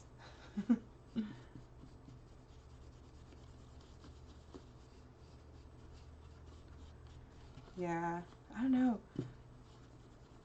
Oh, that's crazy. I'm glad that he's okay. And the crazy thing, y'all, is that he's sitting there apologizing. Like, what does the world come to where you can't even be hurt or sick without feeling like you've let somebody down? You know? Like, I get it. I was sick last week. I had a migraine, and I felt so bad when I had to end the stream early. But I literally couldn't even look. I couldn't stand the smell of the alcohol. I couldn't look anywhere because it was making my head hurt. You know, and it's like, we gotta be kinder and patient and like nicer to ourselves as well as others.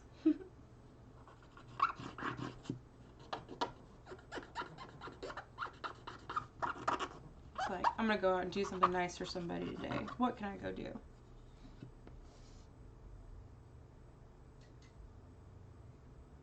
Yeah. Anytime that General starts to clean the garage, it is a 2-day event.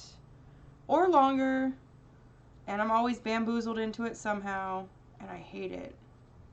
It's the worst. But it's hard because we have so much stuff piled in the garage right now from the Which store. is why I'm cleaning it out. Yeah, no, we're talking about how garage arranging can be the worst. It's like I had to, like, especially since I have all the top space that I want to arrange it with full. I gotta pull that down. So it's a never-ending, constant battle of like intake, outtake, intake, outtake. But you slowly get through it. yeah, You know, it's not so bad. it's not so bad at all. Not at all. Not so bad, not so bad. Alrighty. So yeah, let's see here. We've done 1, 2, 3, 4, 5, 6, 7, 8 carts so far. Barely put a dent in this collection, y'all. James had an amazing collection. I'm so fortunate, or we're so fortunate, that he was willing to work with us. Super fun situation. It was super cool seeing General and James like chop it up last night for a while.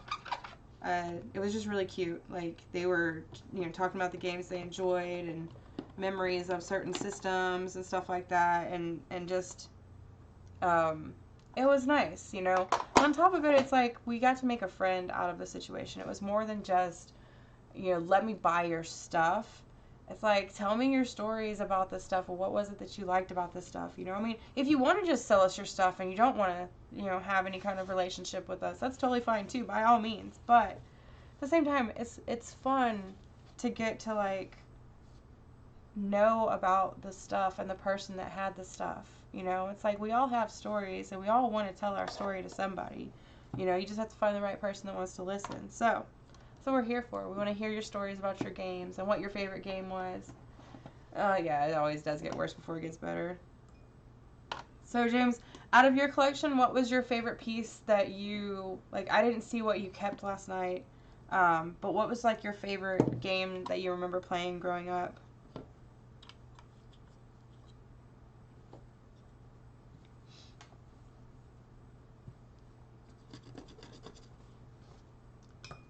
So this one's got a little bit of stuff in there, nothing bad.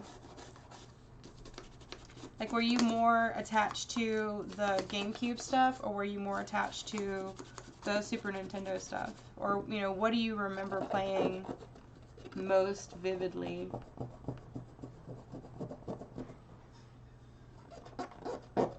Still, in general, is like the games that I remember really vividly when I was younger was like that, I think it's TNC Surf Shop or whatever, the skateboard one, or you could surf and stuff like that. I think I grew up in California, and I swear every child that had a Nintendo had that game. I did not have a Nintendo, so I didn't have that game. But like my friends all did, and so when I did get to play it, at their houses and stuff like that, that was one that I would play.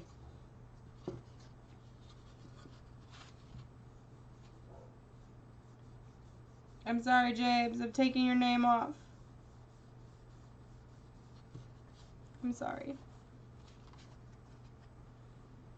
Okay, yeah. Nice.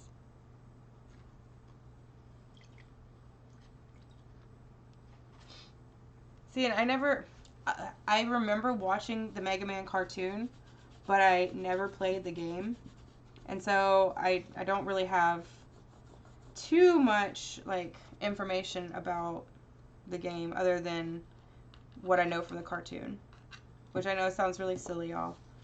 It's like my parents let me have a Sega, and then I was allowed to play computer games. So I played a lot of D&D on the computer when I was growing up, like in the like late 80s and early 90s. And I played like Diablo and stuff like that, more on the computer than I actually played console games. Like my first game I ever beat was Diablo. Nice. Like, I remember my parents getting the Sega. We went to Toys R Us and got it. And I remember we got Sonic, and we got, like, some helicopter game. And, or no, we didn't get Sonic right away because it wasn't out yet. We got Golden Axe. Yeah. And some helicopter game, and then something else. And I'm pretty sure we had Monopoly, but we never got, like, figured out how to play it. Oh, Ghouls and Ghosts, too. That was cool. I loved that game. I sucked at it, though. Yeah, see, Diablo 2, like, I remember seeing, like, the trailer, or, you know, like, the opening animation scene for Diablo, and just being like, what is this? Just the crows and the dead bodies, and oh, it was just so cool. Yeah, I love that game. Played it a lot.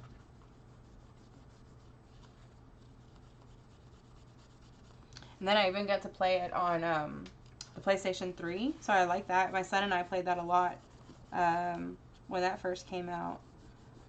And then I worked at Blizzard for a little while, and my best friend worked at Blizzard for 8 years, and so we got to see, like, behind the scenes stuff, and got to go and do, like, trick-or-treating every year at Blizzard, because it's, like, right down the street from our house. Well, not, like, right down the street, but it's, you know, like, 10 minutes from our house. So that's kind of cool.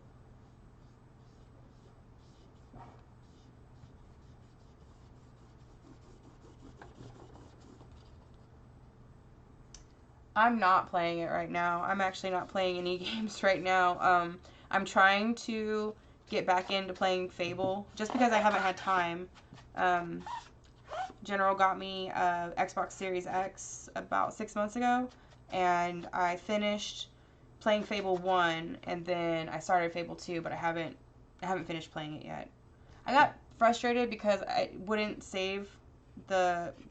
log into my Xbox One account, or my Xbox Live account, and so it wouldn't save the game. And so I played for like 2 hours, and it's like, well, since you didn't log into your Live account, we can't save your game, so all this information's lost. And I was like, this is a bunch of BS. What the heck's going on, Microsoft? So I got back to the, like, out of the tutorial part. I started a new game, got out of the tutorial, and I was like, I'm done. So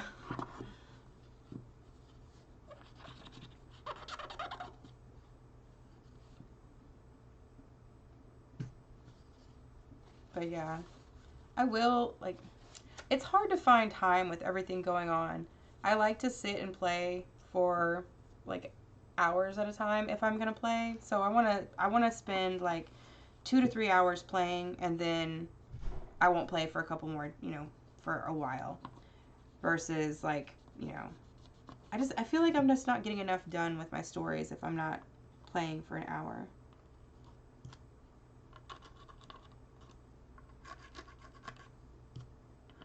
I really enjoy, like, Neverwinter Nights, too.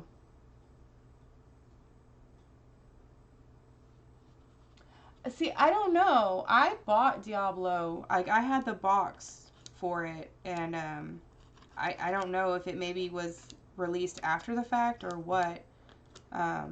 But yeah, I just remember I had the actual disc and stuff for the PC when it came out.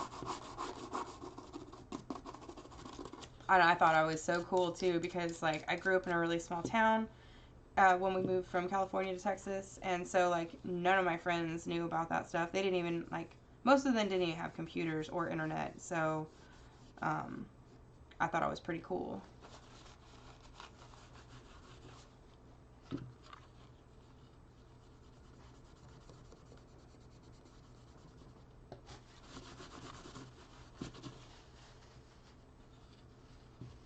Alright, so I'm gonna risk it. We're gonna try.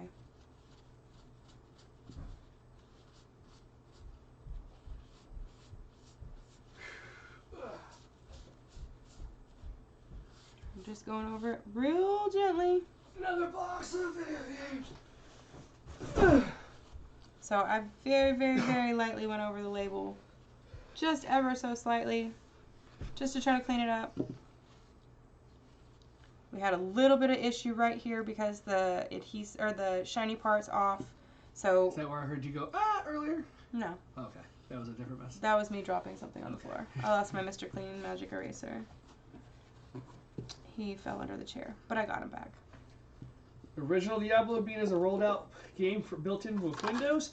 No. Unfortunately, I never had Windows roll out with as a pack-in for Windows, but it was a great game and easily accessible on Windows. Yeah. Well, I was saying, I was talking about the games that I played growing up. Yeah. And I was like, I played on the PC more. So like the first game I ever beat was Diablo. Right. And like I played D&D on the PC, like when it was like MS-DOS gaming. I'm not. You laugh. I'm serious. Like we had the. No, I was laughing about something else. 3.5-inch floppy disks. Now giggity. Yeah. That's funny. Yeah. Yeah. That was my stuff. All right. So that looks good. That looks pretty good. Pretty clean. But yeah, so I just hit this really lightly with a little bit of alcohol just to try to clean the label up. Like I said, we had to be real careful right here. You can already see it's lost its shine. So when that happens on these carts, you can't put any kind of liquid on the sticker or else it will basically just eat the paint off. Eat it. No one's gonna beat it. I better not get copyright stricken. Oh, dude. Yeah, the Tristram theme. Yep. Anytime I hear that, like, little bit of the, like, lute or whatever it is that's playing the music, it just gives you that, like, vibe, you know? I was actually walking around a couple days ago, actually at the convention, doing the barmaid's How May I Serve You thing. Like, how may I serve you? Nobody got it. Or at least they didn't say, oh, that's from Diablo. So, I don't know. I have very niche humor. Alrighty, so we got Donkey Kong Country 2, Diddy Kong's Quest. I thought it said Diddy Kong Side Quest. I was like, Side Quest? I think you were in the way that whole time. Oh, you were dancing. If you don't know, General likes to dance, and he will dance a lot. He also likes to sing. He'll come up with crazy songs. Oh, this one's cool. So this one's nice. It's big. So it's twice as much information as the last one. Oh, it's got a battery on it. So if you ever have issues with your carts not saving information anymore, it's because the batteries are going bad. These are CR20, I think they're 2023s. They could be 2025s or 2032s. I don't want to move it and like possibly lose the connection and lose the memory on the card.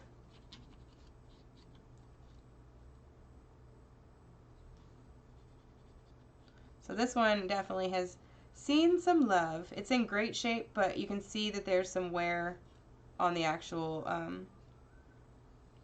the connectors right here. So I'm just using alcohol and a cotton swab, and I'm just going over it, and I'm getting any of that like residue off of there. The cart itself looks really, really nice. There's like just a little bit of dust on the inside, so we're just going to hit it with a toothbrush real quick, try to knock out what we can. Nothing major. Okay. Then we're going to hit it with the alcohol and the Mr. Clean Magic Eraser. Try to get off what we can without scrubbing it vigorously because we don't want to damage the plastic. We're just trying to get that like top layer of stuff that's kind of stuck to the cartridge off.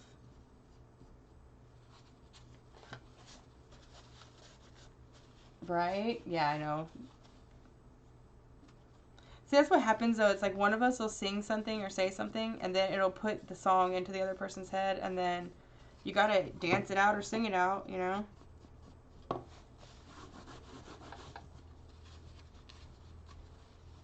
The funniest thing to do is the song that he wants out of his head, you just wait till he hasn't sung it in a while, and then you sing it again, so it gets stuck back in there. It's just good stuff every time.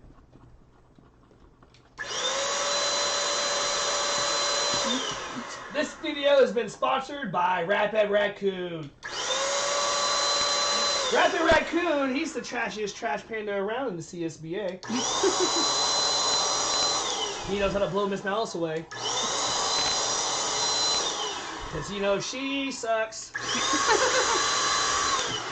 Rapid Raccoon sponsoring this MsMalice live stream. Thank you, Rapid Raccoon.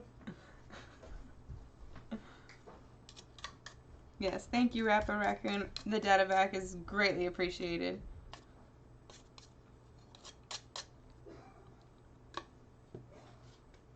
Alrighty. So we're just going to hit this with the magic eraser. Actually, I'm going to see if I can just use the paper towel on that. Since it's sticky, I'm going to... Yeah, that's perfect. I didn't want to spend a lot of time and possibly damage it.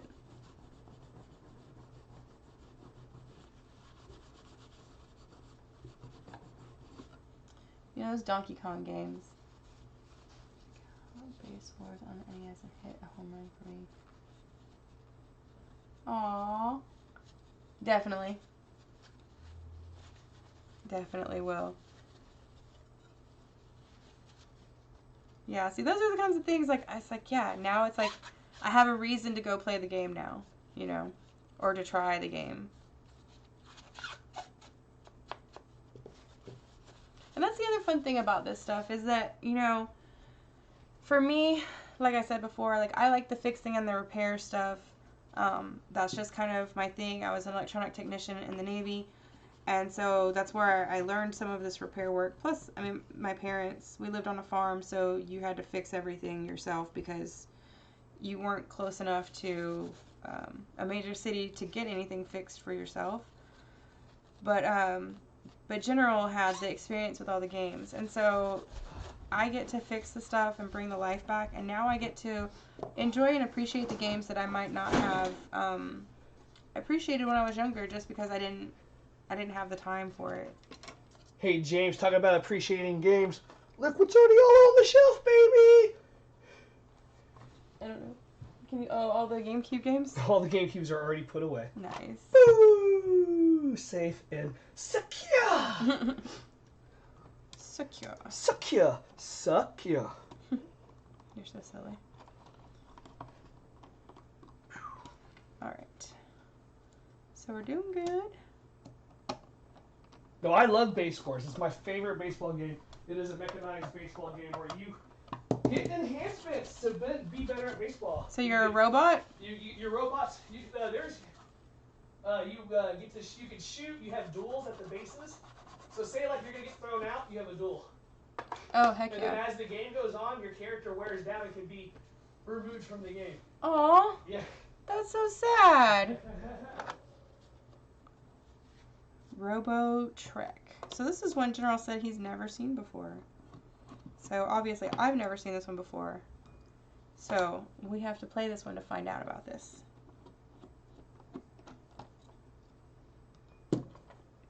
Wow, this one's huge. It's got 3 chippy thingies on it. Chippy thingies.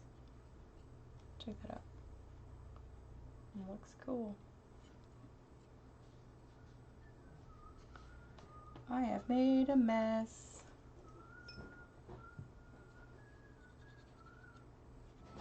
Okay.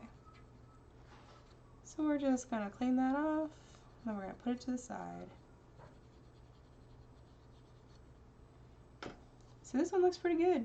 A little bit of dust in there. So a little bit of Cheeto dust. Nothing major.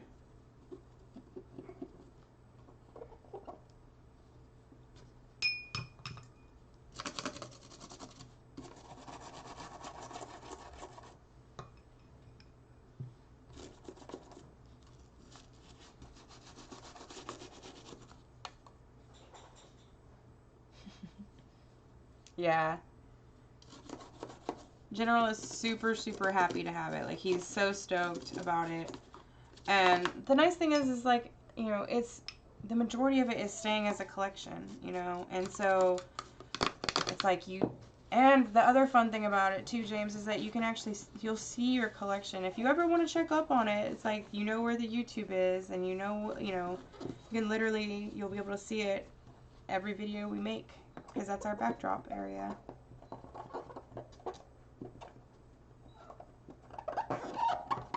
And General's really big about, like, if it's going in his collection, he's not getting rid of it unless he's getting it, like, graded, or he's, like, upgrading it to, you know, like, if it has it Kart only, then he might get rid of it because he's getting it, you know, complete inbox or something like that. But even then, like, he's got multiple. I knew it! Vindicated! Vindicated. Vindicated! It was in the GameCube Wavebird box. I knew I took it. Okay. I knew I took it. Good job. I know. You got Thank it. you. I vindicated myself for myself. Yep. You're my vindicated nerd. He lost his charger at the convention, and it was in the box The whole time. the whole time. No, it was in a box. Not the box. The box. It was in the box. It was in a box. You're in the box. Hi, that is heresy. Or what's the word I'm looking for? Hyperbole? No.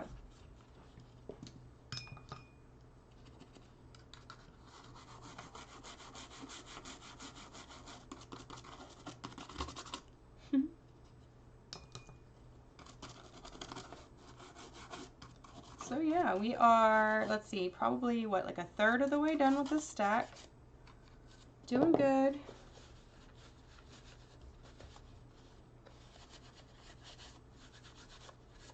So we picked all this stuff up in a collection last night from James. I think it was Facebook.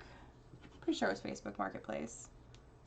And yeah, General saw the listing and reached out and, you know, was just like, I'm really interested in all your stuff. And unfortunately, it was kind of crazy good timing, but bad timing at the same time, because we were doing the retro convention, so we were busy, and we missed out on a couple of the messages. But all in all, everything worked out wonderfully, and we got to hang out with James last night. Super cool guy, super friendly, awesome collection. Yeah, it was really cool, and this is the kind of stuff that we like to do. We like to, you know, one, we like to pick up collections, obviously, but we got to spend time and talk about the collection and, like, you know, the games that they wanted to keep, and, you know, stuff that mattered and stuff that didn't matter to them about, and that was in the collection, and try to just be, you know, like, when you're letting go of something that is your childhood or something that you might have spent a lot of money on or a lot of time building, you know, we're not here just to, like, you know, just take it. We want you to feel comfortable and happy about the situation, because it is a big change in your life when you're letting go of something you've had for a long time.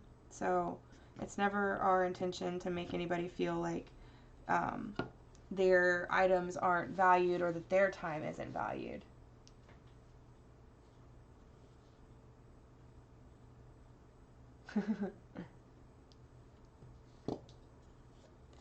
Yeah, Jesse, we picked up James's collection last night. He had a huge GameCube and Super Nintendo collection.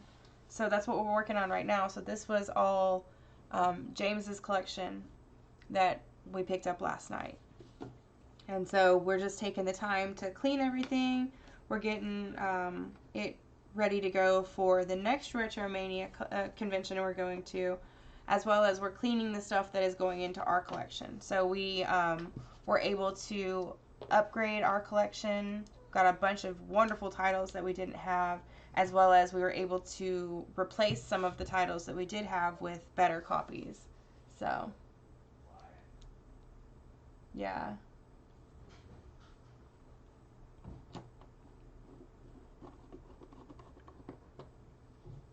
Yeah, and we've been through that, Jesse, too, about 10 years ago. Well, no, about 8 years ago. General got rid of his whole collection except for, like, 3 things. And, yeah, he was, you know, he felt really good about it at the time. And then as time progressed, he started feeling really not so good about it. And we started watching Retro Rick and the $10 game collection. And that's what he started all of this off with, was that idea.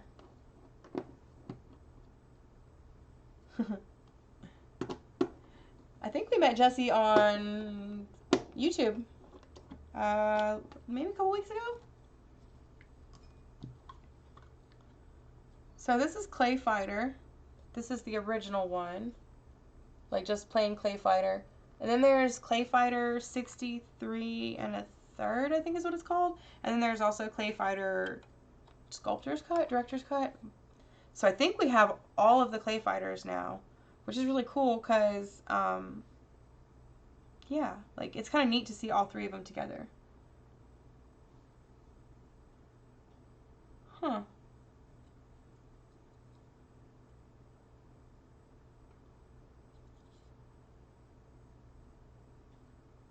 This is cool. So this one actually says on the chip what game it is. Let's see if I can get it to focus.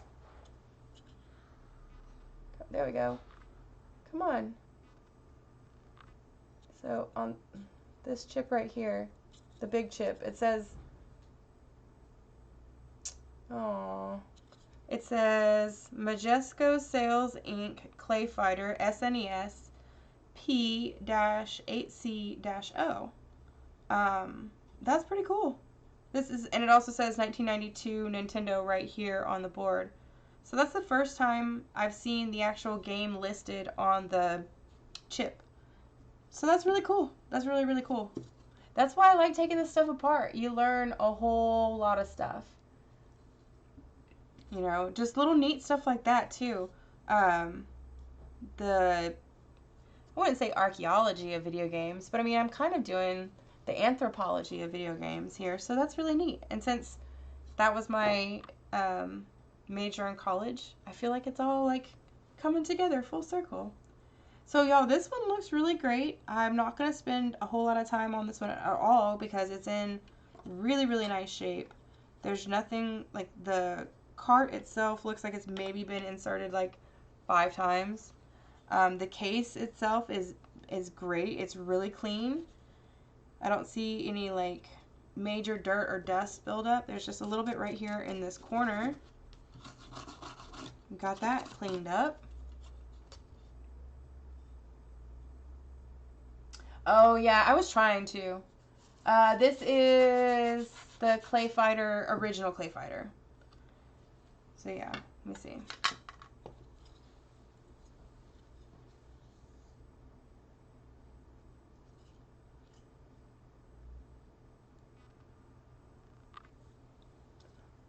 I don't know. It's like it does it for a second and then it moves. I'll get better at this, y'all. I promise. I'm trying. But yeah, that's a really cool, it's a really cool, like, board. That's neat. I think that's awesome. I like all the subtle differences in the games, because you would never know until you open it up. And since nobody had these proprietary screws or screwdrivers, it would have been impossible for us to open these games up when we were kids. So we would have never seen the differences inside of here. And I don't know. I appreciate the little differences in like the design and the layout on the boards. It's just cool looking. Alright, so there was a little bit of tiny dirt right there. I saw that after the fact. Get that out of there. Go on, get. There we go. Perfect. Yeah, it tried. The camera did.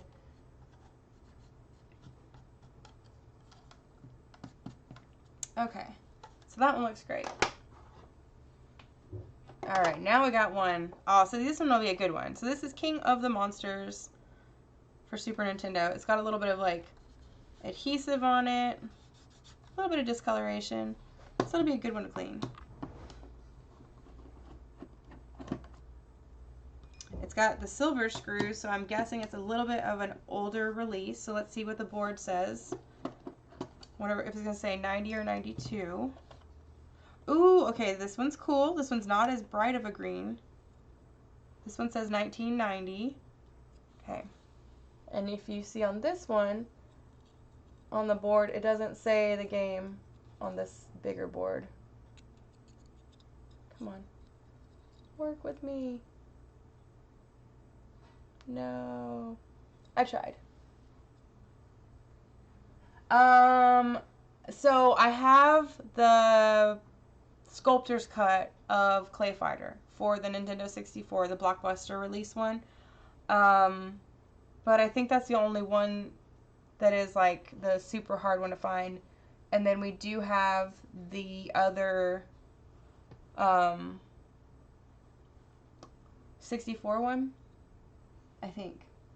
The 63rd and a third, or 63 and a half, or whatever it's called.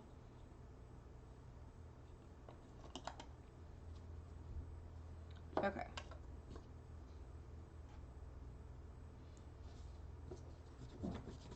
Yeah, that Blockbuster one is hard to find, though. We had the opportunity to pick up a second one, but unfortunately it was broken on the inside, and so the more that it was going to be used, the more that it would break. And so we just decided at that price it was not worth it.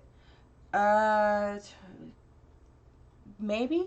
I have to look and see because I don't have them in front of me right now, so I don't know all the ones that we have. But I know we have 3 of them now.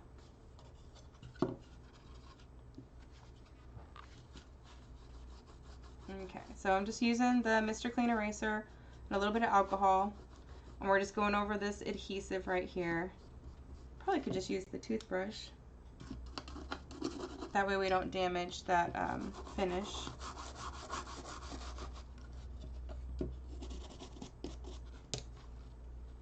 I feel like it's like a piece of masking tape that was on it or something.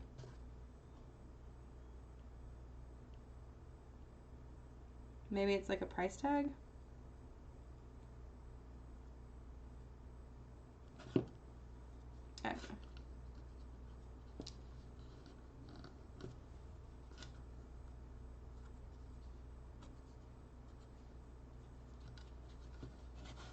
All right. Get that. Okay. And just getting that little bit off right there. Look how nice this side looks compared to this side. Sorry.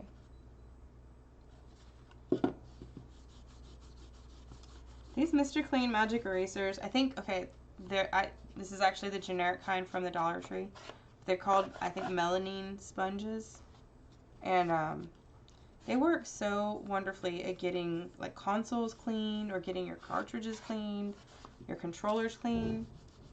The only thing you have to be careful of is, since they do have a slight abrasiveness to them, that they will sand your item down if you don't watch it. You need to be careful so that you're not using too much force or pressing too hard with the pad. That way you're not causing any damage to the items.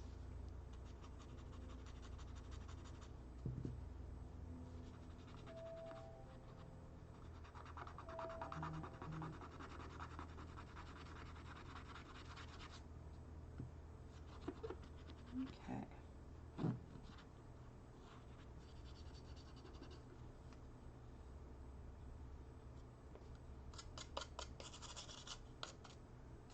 This cart looks really nice. Looks nice and clean. Let's clean off the back side.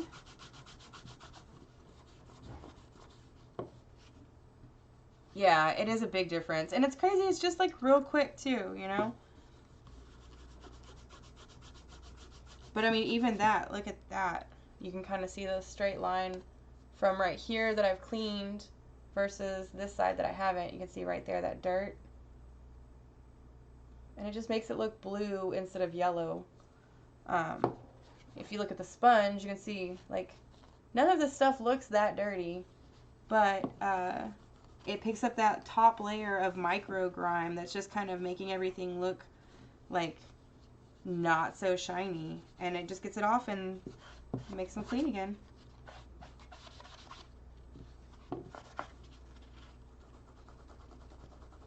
But, I mean, this is, like, the best part for me. It's, like, that little bit of effort, and look at how nice it looks.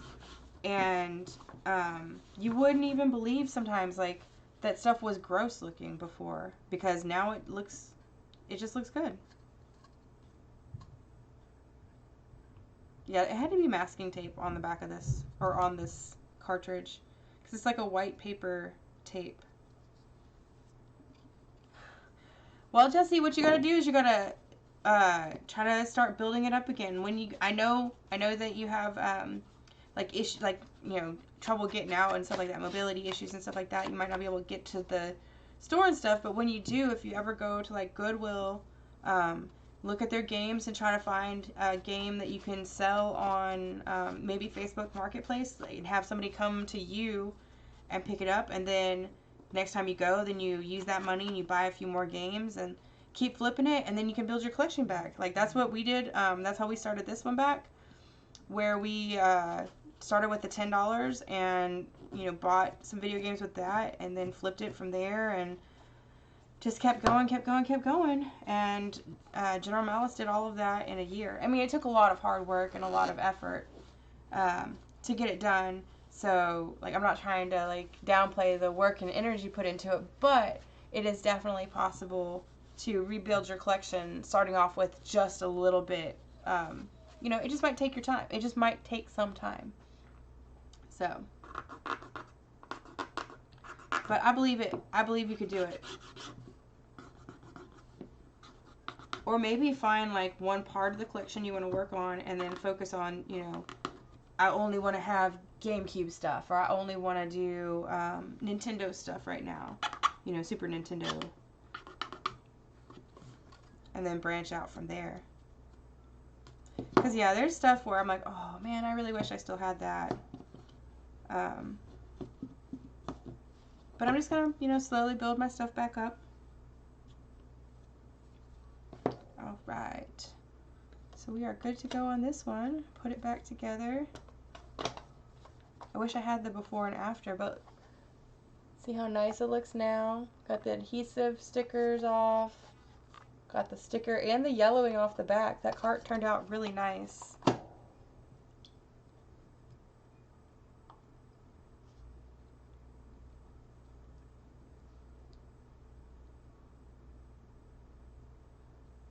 That is so true, Jesse. Or James. Yeah, you could definitely do the emulators and stuff like that, and play as a way of just at least having the games until you are able to get your collection back. Because that helps too. Sometimes it's just nice to have the game, be able to play it.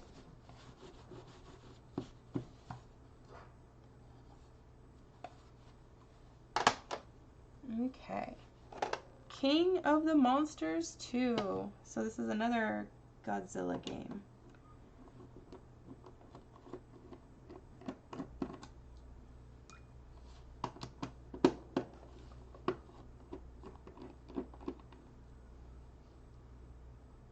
Yeah. Sometimes it's just the memory of, like, actually having the item. You know, it's just like the cart or the game or the controller in your hand. I totally feel that.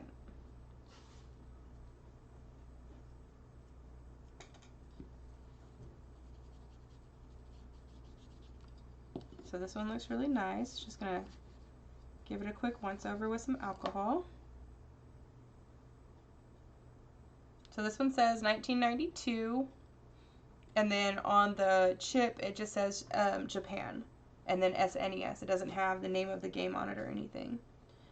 And y'all, this one looks really good. I have to sneeze, I'm sorry. Oh, sorry about that, y'all. Yeah, no, this game looks really good, so we're not going to have to worry about it. I just wiped down the contacts. The case is perfect. Got a little tiny bit of something right there.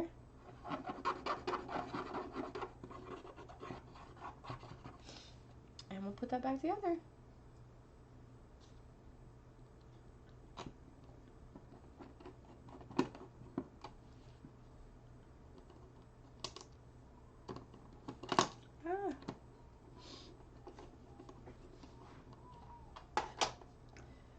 Then, Okay, Yoshi's Island.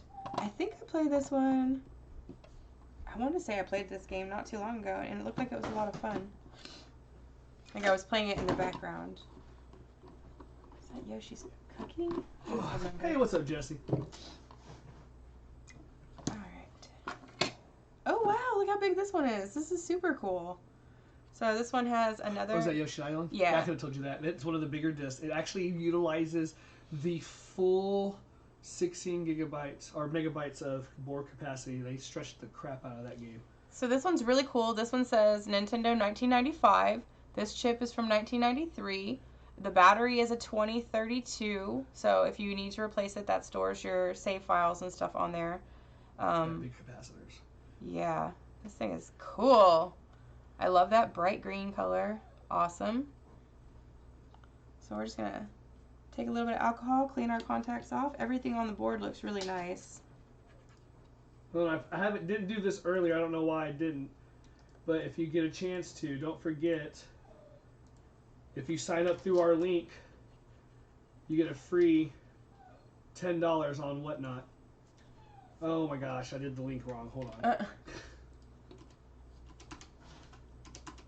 Oh, this is the first one that's had this. Okay, so this is neat too. So let's see if that did it right. There's the link. Worked better now. So on this cartridge, you can see that there's this Clip. little metal clip right here that clips into one of these little indentations on the board. That's the first one of the boards that we've seen that has had those indentations. They usually don't have these extra pieces on the side. So that's pretty cool.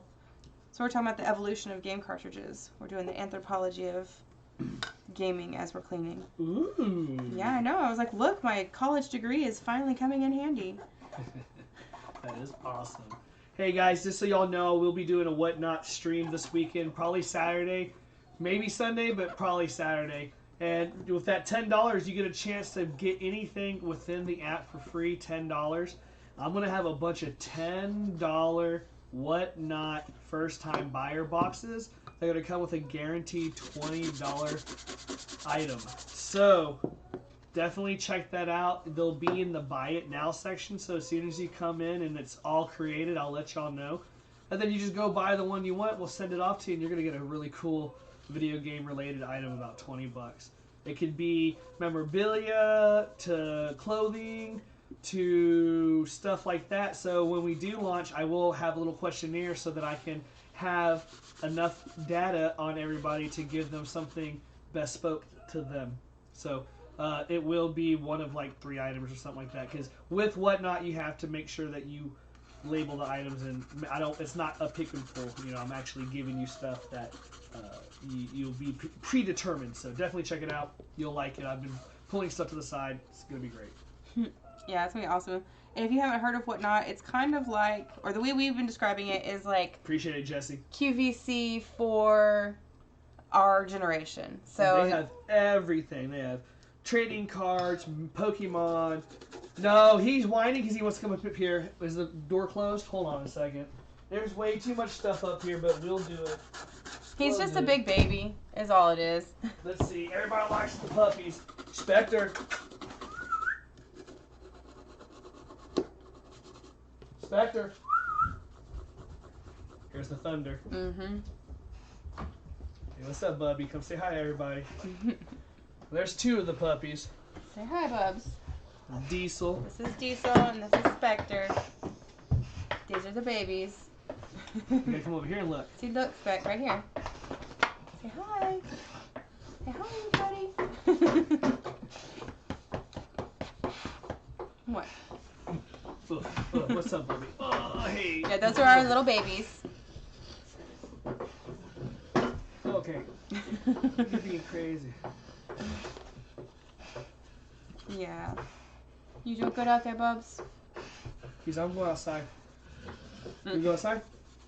Yeah, he says, yeah, dude. You go outside? Let's go. Yeah, I'll buddy. take them outside. So Alright, good.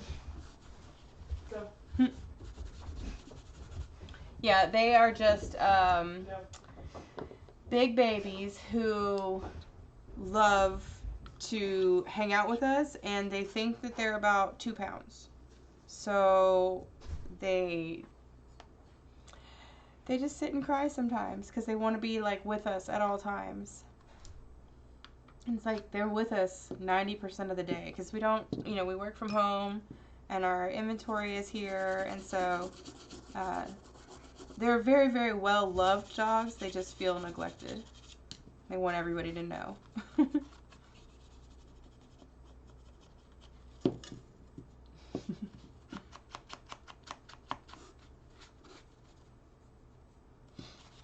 Yeah, we have 3 of them too. The other one is another, like, he looks just like the white one. It's his brother.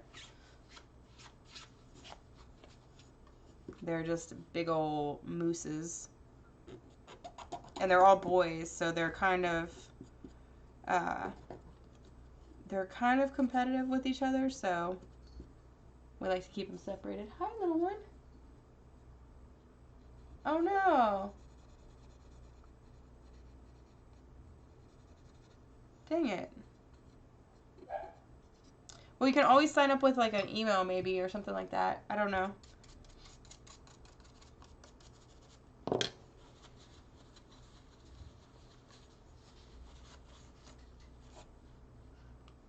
Yeah, that's the worst though when your accounts are all linked in to each other and stuff, and you can't log in because you're locked out of one account or something like that. Like I had a Facebook before, and I got locked out of it, so I couldn't log into like a whole bunch of my stuff that was tied to it, and I was like, you know what? I'm done with this.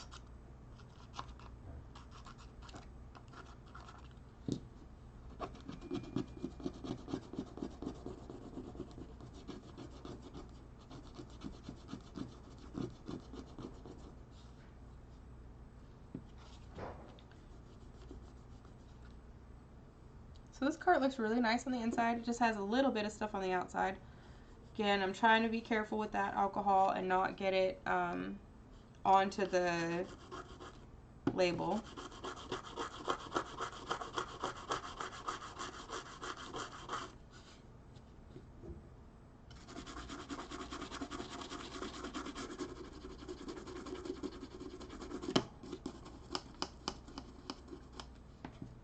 Okay.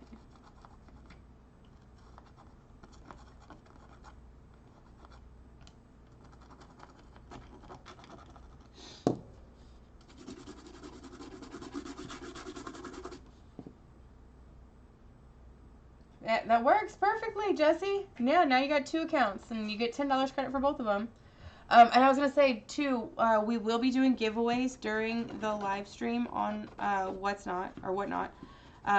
So I think it's just you pay for shipping on the giveaways, or we pay for shipping on the giveaways, or something like that. But, yeah, so we're going to be doing giveaways. We're going to be doing the live auctions. We're going to be doing Buy It Now stuff. It's going to be really cool. I'm excited to see this new avenue open up. You know, it's been around for like 2 months now, and I've really seen it grow a lot in the last 2 months. Like when we first started like watching people use it, there was like 3 or 4 auctions going at once, you know, and now it's like every day there's something going.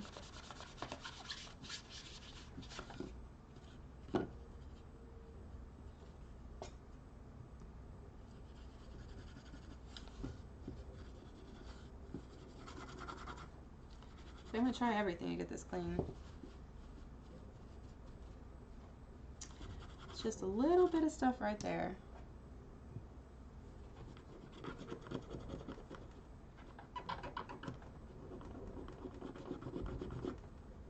We're getting there.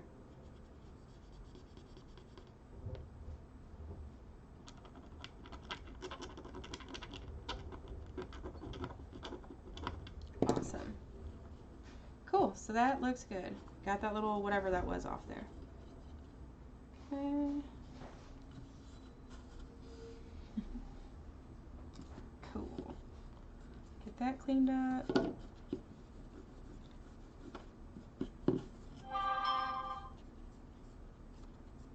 Yeah, and the live stream on Whatnot is going to be kind of like this, where it'll be General and I, and we're just kind of like talking with each other and talking with y'all as the time goes by. And like I think the auctions are 30-second auctions, so but every time somebody bids, then it adds additional time to it. So you know, it could be 30 seconds if nobody bids on it, or it could be 5 minutes if the auction just keeps going up and up and up. So, and I believe that the prices start at $1 for like the bids, and then they go up based on, you could set the item at any price, but once it reaches a certain point, I think then the bids go up by like $2. So it's pretty cool because it keeps it pretty linear.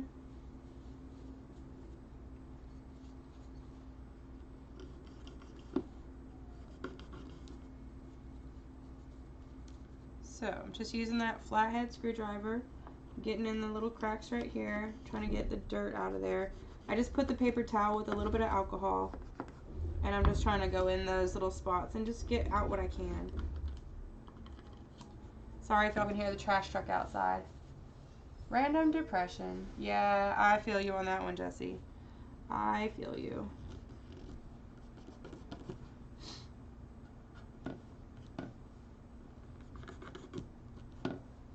Yeah, it hits me sometimes, and it's just, whew,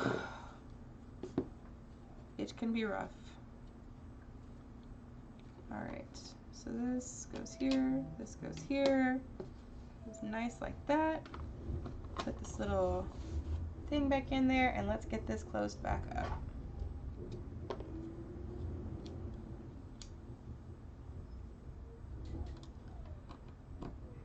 But I do hope you start feeling better, Jesse. I hope there's, something that makes you feel a little bit better today. Hopefully maybe just watching the stream and getting to hang out makes you feel a little bit better. Just know that you're not alone.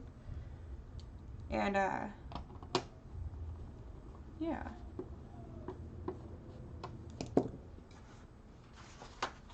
Like, if you need help, there's always help. You can reach out for help. You can always, and if you're here with us, you can always talk with us here while you're here.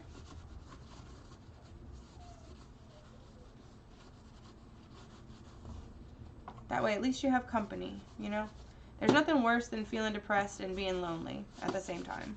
So, alright. So that looks really nice. There's a little tiny bit of something right there. Let's get that off. Beautiful. Looks good. So we've gotten 1, 2, 3, 4, 5, 6, 7, 8, 9, 10, 11, 12, 13, 14. We've gotten 15 done so far, and we've got 5, 8, 10, 15. We've got 19 left. So let's go on to Super Mario Kart.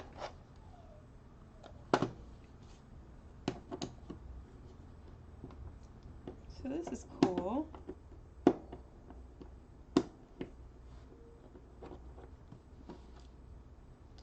I like the Mario Kart games. I think those are a lot of fun. They're easy enough that you don't have to be a great, game player to be able to play them. And they're fun to play. Alright. Oh, that's so cool. Alright, so this one says Nintendo 1992. And then it doesn't say what game it is, but it does say Nintendo on those chips. This one says Toshiba. That's awesome. Okay. Take a little bit of alcohol. Wipe down those contacts.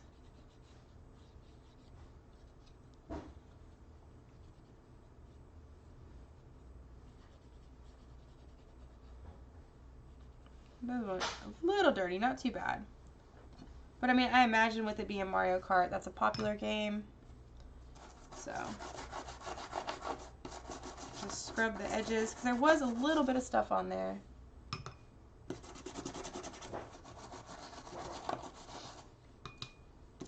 We're going to get that taken care of.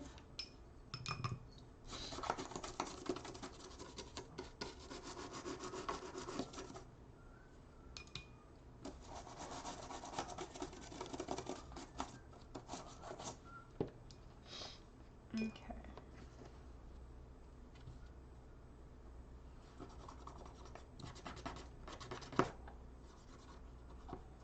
Wipe that all down.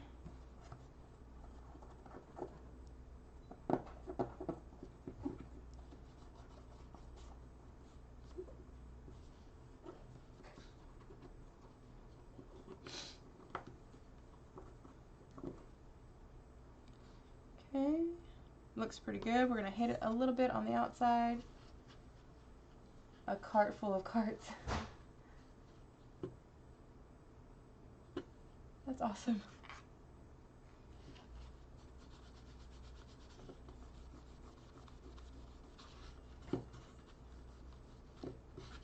Yeah, I don't remember. So again, I didn't have a Nintendo growing up, so I don't remember if I played this one or if I played Mario Kart 64 more. I'm sure I played this game, but I can't recall whether I did or didn't. I imagine that this one is like less cartoony than Mario Kart 64, so I think that's the one. I think I played that one more.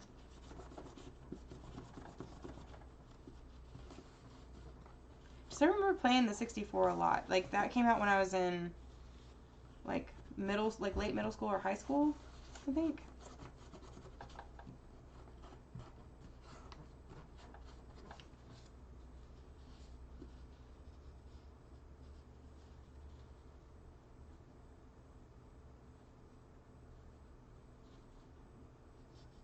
Oh, yeah, Skip-Bo.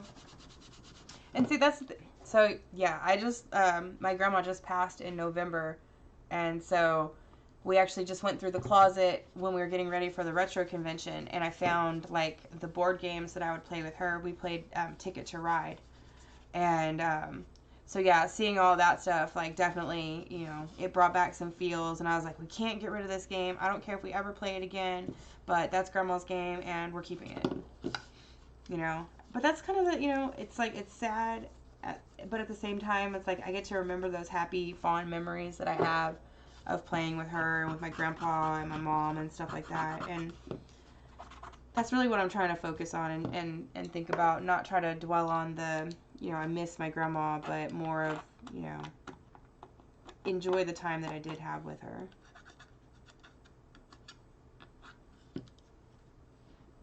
Yep. Yeah, Twisted Metal was a lot of fun.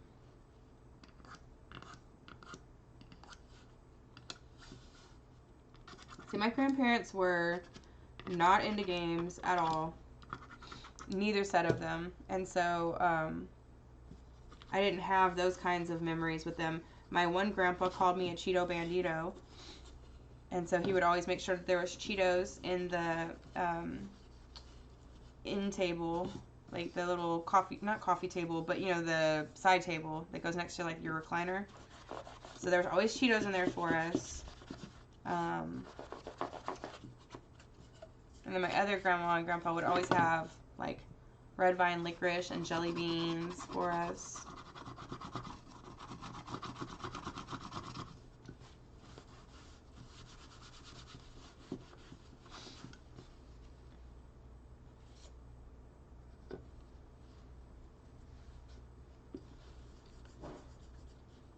We're going to very lightly wipe this down. See if I can get that off. Not feeling good, so we're going to go ahead and leave it alone.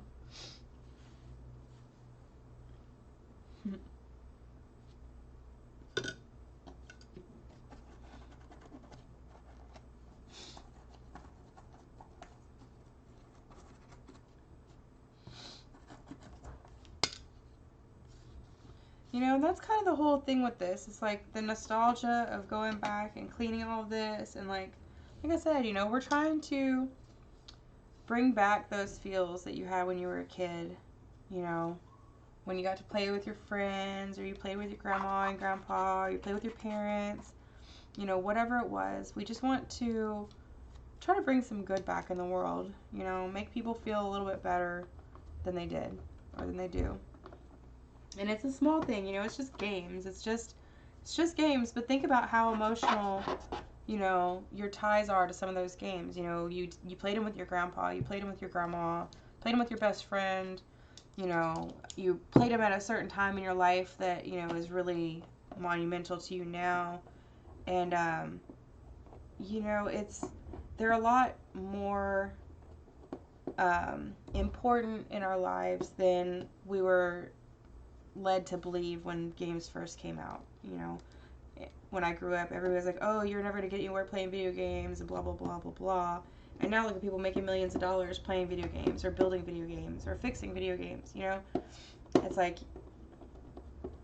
video games give you an opportunity to be someone you're not when you're playing the games, but also you can be whoever you want to be, you know, with the games, whether you're fixing them or building them or making them or selling them or whatever, you know.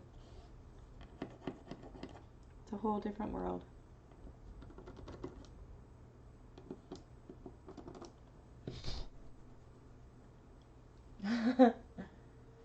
Yeah, me and my sister were the Cheeto Banditos. So when my grandpa passed, for like a month straight, that's all we wanted to eat was Cheetos. We're like, we're doing it for Grandpa. And, you know, I didn't know when I was a kid that he was buying the Cheetos and purposely hiding them in the same hiding spot so that we could find them. You know, I thought that we were being slick with the Cheeto Banditos. But we were subpar bandits, to say the least. I mean, when you're announcing, Grandpa, I'm gonna go get Cheetos, I don't know how sneaky you are. Alright, Super Mario World with the little Yoshi. So, side story, I got a lizard about 2 weeks ago. 3 weeks ago? I don't know. It's been a little while. But his name is Yoshi. He's a little gecko. He's a Madagascar giant day gecko. And he's cute.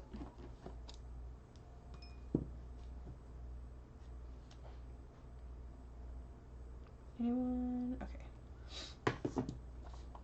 So this cart looks really nice. Looks really clean. I don't see any dirt in there. Honestly. It's not even like there's nothing in the inside. So this one's like cherry. So this one is from 1990. See how cool this one looks. It's got the battery so you can have your save files. I just think that's so cool how a battery is what gives you the ability to save your game. You know? Like, save your game and have an internal clock. It just needs a battery. It just amazes me how, you know, we came up with stuff like this. And, like, this plays that whole game. Just so neat.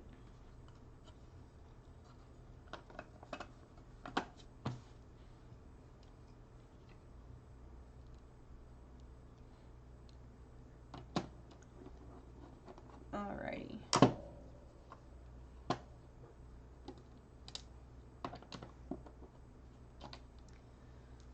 So we're just going to give this one just a nice little wipe down, and then we'll put it back in the stack. Look,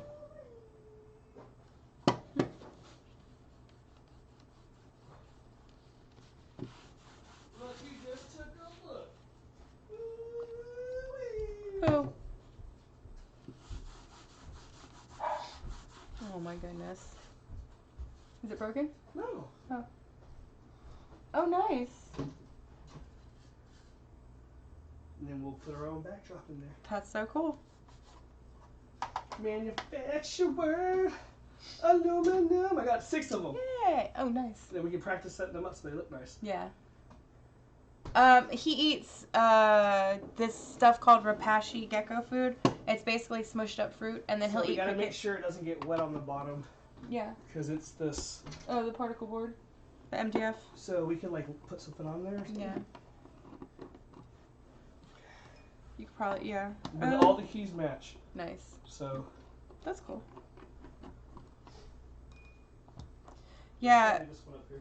My little gecko, his name is Yoshi. He was actually a rescue. A friend of ours owns a pet store here in Austin, and one of the employees put him in with another male gecko, and they got into a fight, and Yoshi, they're very fragile. They lose their tails really easily. So Yoshi dropped his tail, and so they're like, they couldn't sell him anymore, and we were there, and they know us, and they know that I've had multiple lizards and stuff like that, so they let me buy him at a discounted rate. And so the cool thing is his tail's growing back now. He's getting all healthy, and he's like, it looked like it was starting to grow back as of like this morning. So I'm like super excited because normally a lot of lizards, if they lose their tails, they don't grow back, but this one he can. So I hope, I know it sounds kind of silly, but I hope it grows back kind of short and stubby so he'll look like the real Yoshi. He'll have his cute little Yoshi tail. But that's besides the point. He's just cute. I just like lizards. They're just adorable. And I just wanted to give him a good home. And so he's got like a little plant and a little vine to climb on. And I'm going to get him a little waterfall. So he's pretty cool. He's fast though. Oh my gosh. He got out one time and whew. Like the first day I had him, I was trying to put him in his cage and he hopped out of the little holder that I had him in and I was like, that's it, he's gone forever. But I caught him. I caught him back in his cage.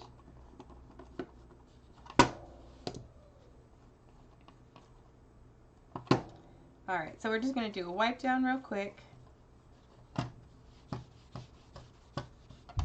Because like I said, this one looks really nice. Didn't have any issues or anything like that. Awesome.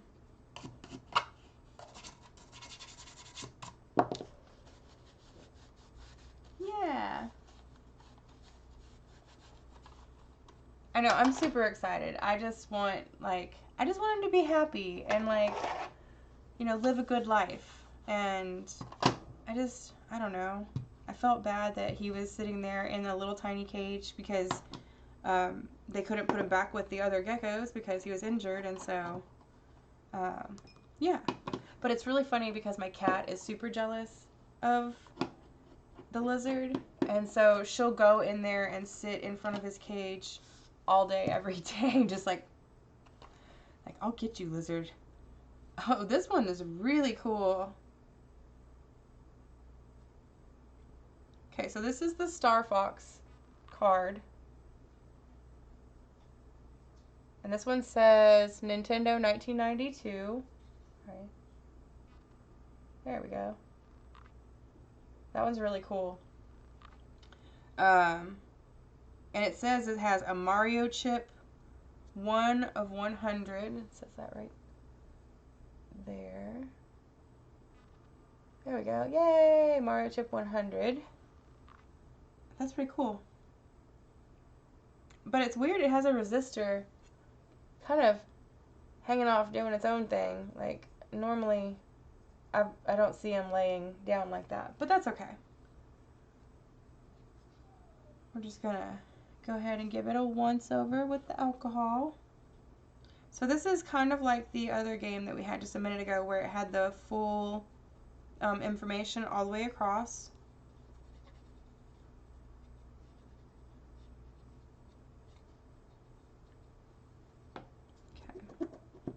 We're just gonna clean this out.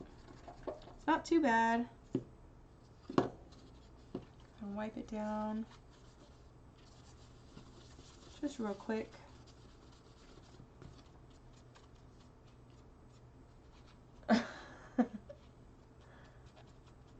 Yeah, my cat is pretty crazy.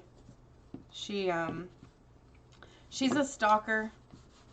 You won't know that she's in the room with you until you hear the little jingle bell. And then you're like, oh no, the cat's in here. But yeah, we have a crested gecko also. It's in our son's room. And before we got the Madagascar gecko, the cat would sit there. If I would go and feed the other gecko, she would sit there behind me in the doorway just staring at me like, how dare you feed another creature but me? Like, that thing must die. Thank you. And now she literally curls up in front of the other gecko and just like, I'm hoping that he's not getting upset about it. But look at this one. What? This card's real cool. So it has a weird It's a precursor resistor. to the 4 dots, the 4 square. Yeah, and it says Mario chip 1-100 right there. That's cool. Yeah. So I thought, oh, that's the Mario chip right there. I didn't even see that. Yeah. So that right there is the Mario chip. It says Mario chip on it. So on the Clay Fighter game, it actually tells you on one of the chips that it is the Clay Fighter chip. Okay. The Clay Fighter game. So it's kind of cool. Like, we've learned a lot about what the carts look like on the inside, and kind of, as the years have progressed, the cart design has changed a lot. So, I just think that's pretty neat. I don't know if our chats show up in the live stream on the YouTube, though. Like, after it finishes live streaming, like, it doesn't show up with the chat on the page. Oh, that's fine. You can go back and look at it. Yeah. But yeah, so we've gotten a good stack here. We got 2, 4, 6, 8. Well, I was going to look up hoodies real quick and go pick 18. up our food. Hoodies. Hoodie hoo. Oh, and Jesse did start following us and whatnot. What? Yep. He followed us. He had to use 2 accounts because he couldn't get into his Facebook account. So, and I was like, that's perfect. Now you can get 2 things. That's correct. Yeah, definitely. Thank you so much, James. We appreciate it. Yeah. And if you want to share us with anybody too, the same link applies for everybody. So that's awesome. Nintendo powers are going up today. Woo woo! I want those. Yeah, they had some really nice Nintendo powers at the convention, but they were expensive. How expensive? $10 to $15 a magazine. It's about average. Some of the magazines can be as high as 50. I know, but they were newer ones. Oh yeah. So. I want everything from 91 and under. Yeah, no. That's my error. Yeah, they were not those. They were like super. Thank you like very super much, fun. James, for signing up, my guy. Yeah. I'm gonna make it easy for everybody. Where I'm gonna make these $10 sign up packages. You sign up basically, and then it lets you get a cool item worth at least $20 sent to your house. And then we're gonna do Whatnot live packing shows or edits. We're not quite sure yet, depending on how crazy it gets. Most likely live packing shows. Mm-hmm. Or streams. Yeah. Something. Spectre just. Spectre He's and just- Grim. It's Grim now too. Yeah. Well, it's because we're upstairs and the dogs are downstairs and they want to be upstairs, but then they don't want to stay upstairs. I've been waiting to open this one up because it's the black case and I just think that's so cool. So this is Killer Instinct.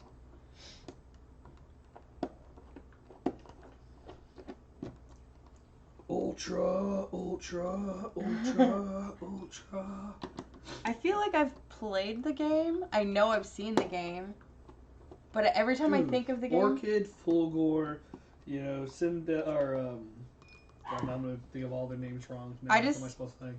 Oh, this one's cool. This one's like more yellowy green with like green dots. Yeah, the different PCB boards. Mm-hmm. There you go. Put your hand behind it so it gives the focus. There you go. Look at that. That looks beautiful. That's Towards the cool. middle. Towards the middle. I'm learning. There we go. There you go. Looking for that focus. So this one doesn't say the name of the game on it, but it does say it was made in 1992. And some carts are, let me phrase that. Some lower end title carts are desirable because they have FX chips or chips that can be used for other games as donors. And so that's something you have to think about. Like one of them is WCW, WrestleMania 2000 is one of them. Mm-hmm. That's why it commands a $40 price sometimes, because it's a donor for another game. I can't remember which game though. This Killer Instinct was perfect on the inside. The case itself is great. It's got a little tiny bit of dust on it. So we're not going to have to do any major cleaning on there. We just wipe it down and we're good to go. Oh, you're going to move some buildings up north? Nice. Nice. Well, at least you get to be in the office today. And I was gonna be like, how do you move buildings? And I was like, no, you know how you move buildings. You move buildings. You put wheels on them and they go. Put the wheels on the bus. You put the wheels on the buildings and you shake them all up. Hooties. Yeah. Yeah, definitely. Thanks for sticking around with us, James. I appreciate it. It's always fun just to have somebody to hang out with and talk to. When you're just sitting here cleaning. Alright, so here is the menu. You want hot sub, cold sub, or a lunch special? Cold sub. Oh, what are lunch specials? Lunch special is until. Let's see. Do they have Reubens? Do you need chips on the sub? I think we have chips here. I don't need chips. Okay. So we got.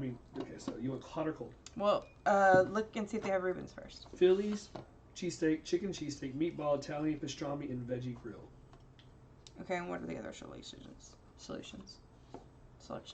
And cold subs is Italian regular, capicola, club, turkey, Cajun turkey, roast beef, ham, tuna, and cheese. You're like, I'm maybe not liking Hootie's anymore. Well, I was expecting there to be a Reuben.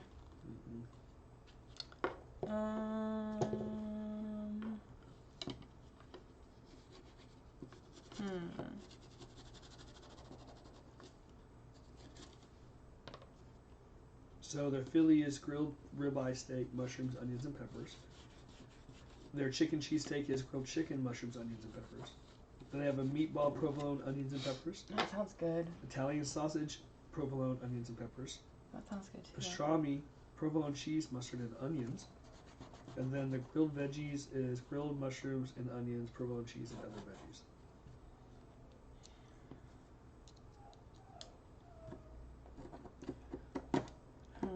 Hot subs include hot peppers.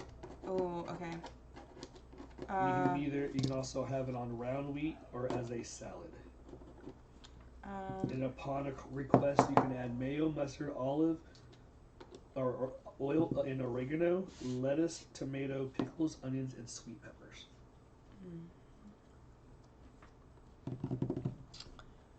I don't know. Go to the cold subs again. Oh.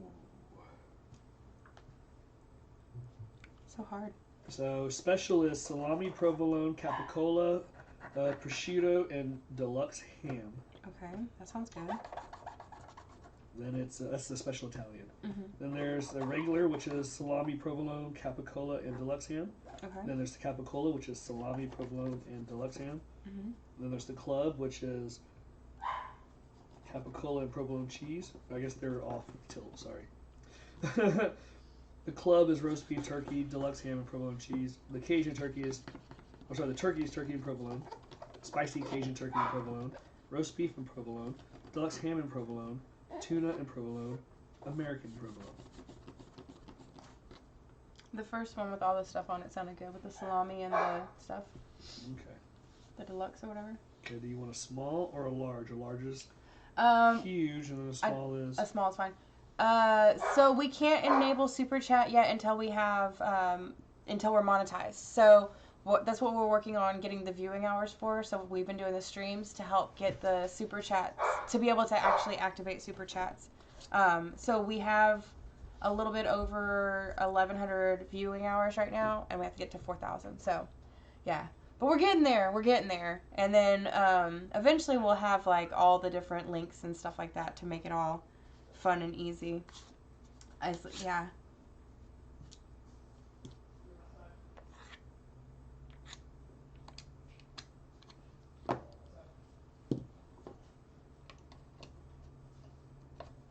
Yeah, it'll be exciting once we, because we've been growing this. We've only been doing the games and stuff for about a year on YouTube. But prior to this, we were doing lightsabers. So we were doing lightsaber unboxing videos and lightsaber reviews and lightsaber builds.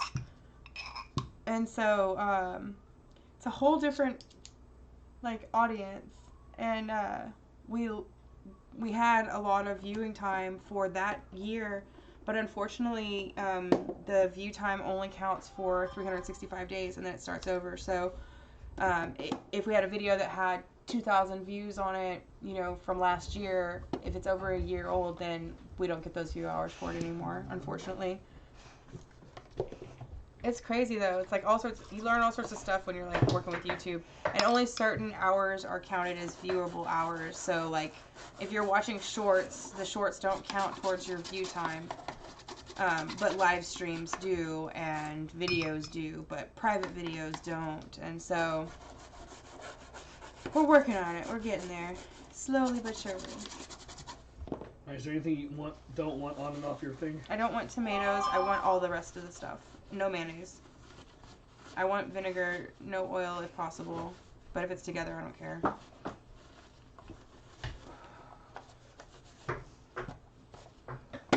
What's that, Spectre? He says, I'm just here to hang out, Dad. So what we doing on the street? Specky, what are you doing? Being a good boy? Yes, sir. All right. So we're doing good. Knocking them down. We got... None of them need Tarnix, huh? None of them have needed Tarnix. They've all been in great shape. All right, so this is one I know about, but I've never played before. This is called Zombie Ate My Neighbors. So, General, tell me about this game. Well, it's an overview 2D game where you're point to point. Basically, you're in a large overview area, and you're trying to avoid different obstacles like zombies while using squirt guns and different, what are they called? Trampolines, while you travel around the different areas, finding survivors and getting and collecting points. Definitely a great, cool game. It's 2-player. Okay. So I'll have to check that out. Yeah, it's definitely fun. Nice. All right, we'll get the food. Okay, sounds good to me. So this is Zombie Ate My Neighbors. Tomatoes, oil, and vinegar is okay. Yeah. This one is from 1993. So it doesn't have any special labels on it or anything like that on any of the chips that I saw. I didn't see any Mario chip or any anything like that. But it looks great. It's an excellent shape. The case itself is looking good. I don't see any dirt or, really any residue buildup on there. There's a little bit right here at the very bottom. That's all right. We'll get that real quick.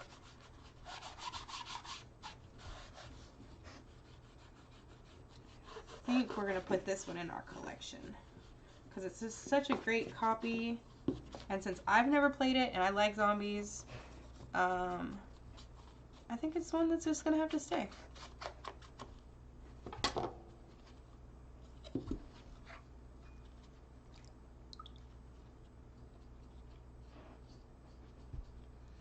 Get those little cracks and crevices right there. All right.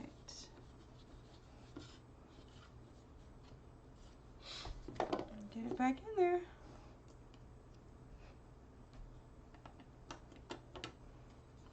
See, now that I've gotten into the swing of things, it's not so bad. It doesn't take so long to get the cartridges opened up and cleaned out. That's honestly the most time-consuming part of this, is just the taking stuff out and putting it back together. And I mean, it needs to be done, so it's okay. I don't mind doing it or anything like that. It's just, it just takes some time.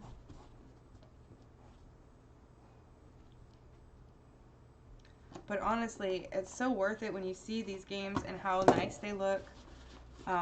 With just that little bit of effort, it just looks so much better. I mean, this one didn't need any extra effort. This one actually was in amazing shape.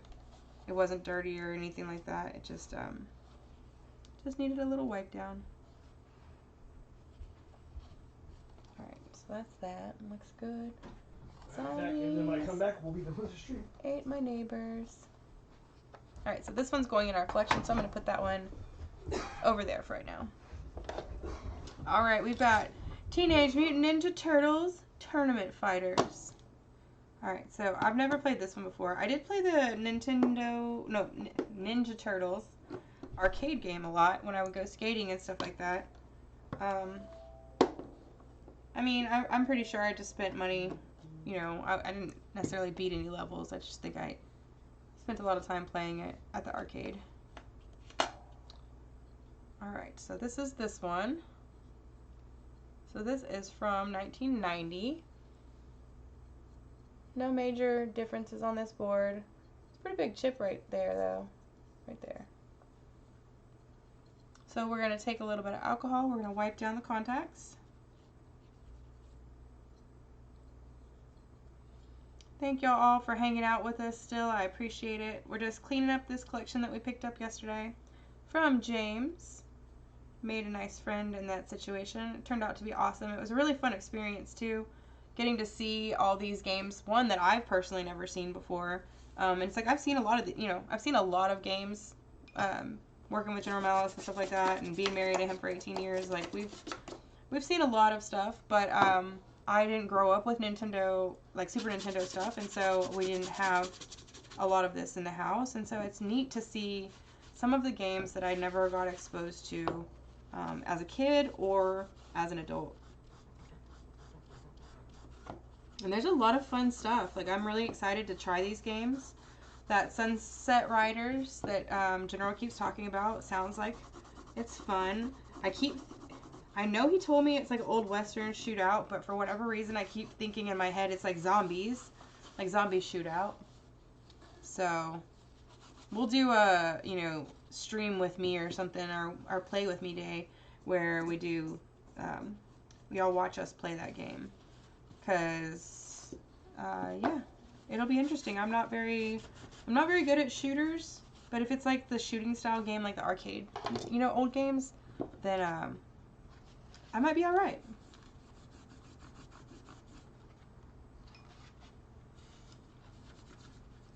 So, this label looks really nice. We're just trying to avoid getting any alcohol and stuff on it. There's just a little bit of dirt and buildup on this cart, so we'll use these little scrapers. Okay.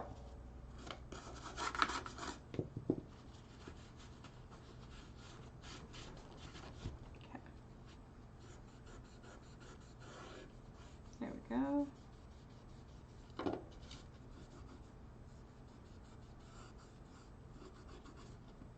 All right.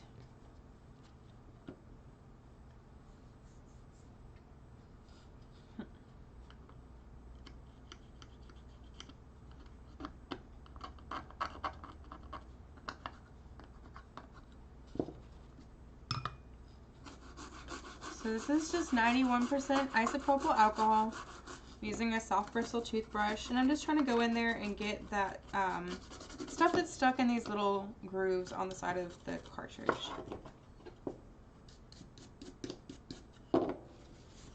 This cart is in really nice shape. It did have a little bit of, just a little bit of buildup on it, but nothing major. It's really easy. This is a really easy clean. And I'm just using the little scraper to go in there and get the little residual alcohol out of the grooves, and also try to help get any particles or dirt that was stuck in there off.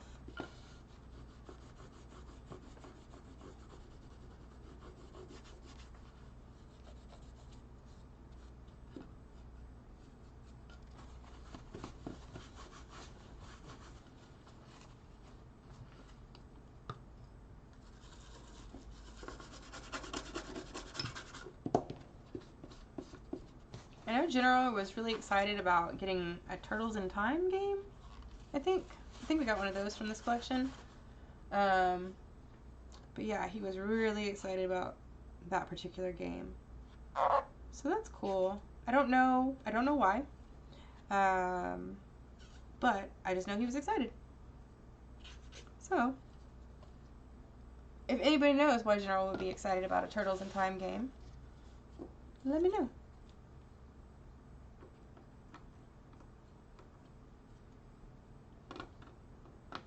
You're fighting a shark? Huh. So I'm guessing that Tournament Fighters is going to be like Street Fighter style game where you're like fighting multiple opponents, or like Mortal Kombat even, but without the like fatalities. I don't know. If y'all want to like leave a comment and let me know that I'm wrong, I would greatly appreciate it, because I am trying to learn about this stuff, and there's no way in heck that I'm going to learn all these games without help. So I'm never going to have time to play them all. But I can at least learn enough about them so that I don't sound silly when I talk about them. Okie dokie. So we've got Legend of Zelda: A Link to the Past. Now I've heard of this game before. I've never played it. Honestly, the only Zelda games that I've ever played are Ocarina of Time and Majora's Mask. And to be 100% honest, it was not my Nintendo 64. and the controller that they had for it was broken. So the only way you could play it is the only way you could run is if you ran backwards. And we all know, I've mentioned it before, that I'm very uncoordinated, so trying to run backwards in a video game just was not working for me.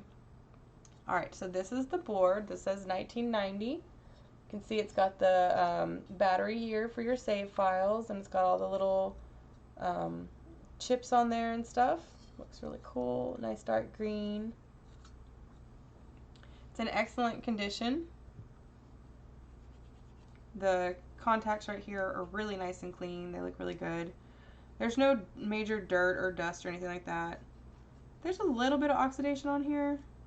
Actually more than I expected, to be honest. But not bad. So, I don't know if you can see it. Just a little bit. It's just a little dirty. No big deals. Super move build-up bars. You can bust out super moves, and they're fun.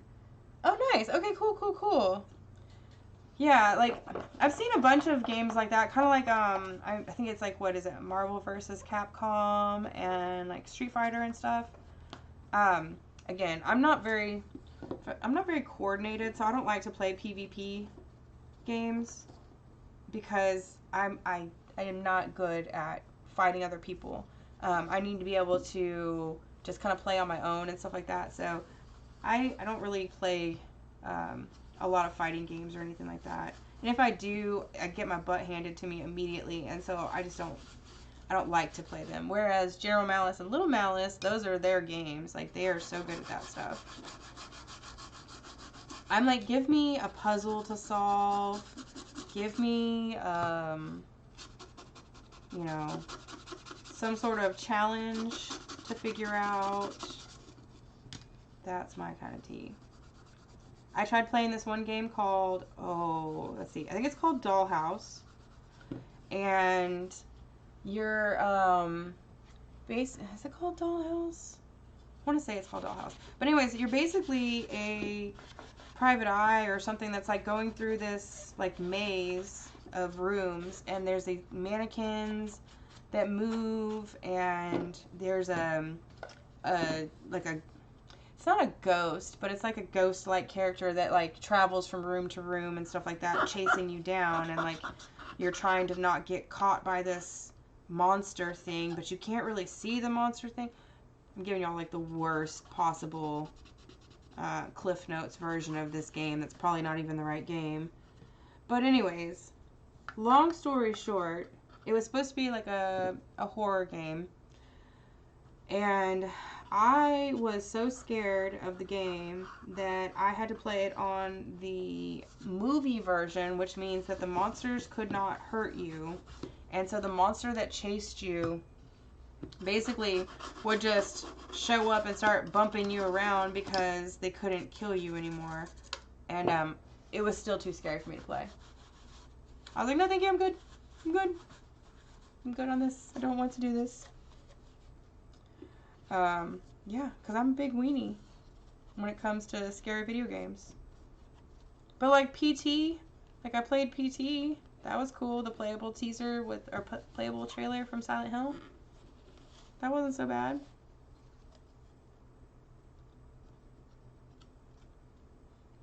I don't know. I'm just a big baby. Like, when General plays Silent Hill, I'm the one that helps with the puzzles. Like, that's what I like to do. I'm support.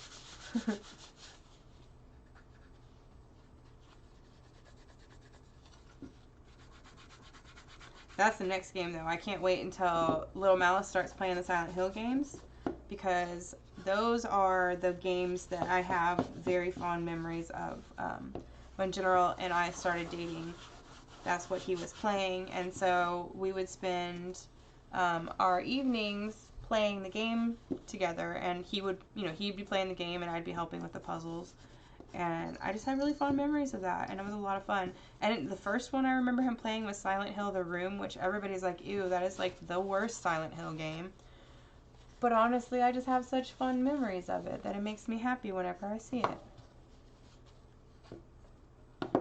Yeah, PT was fun. It was scary too. Like I loved watching our son play it because so he doesn't sit down when he plays video games. He stands the whole time. He's done it since he was a baby, and he will like jump around and stuff like that. He gets really into the games, and so he would get real scared playing that game, and it was really funny. So yeah, but now that he's older, we've gone through and we watched the walkthroughs on YouTube and stuff like that, and we're like, oh, I didn't even notice that. So that's kind of cool. But I like having those kind of like, you know, even though I didn't play the game, I still have fond memories of experiencing the game with the guys.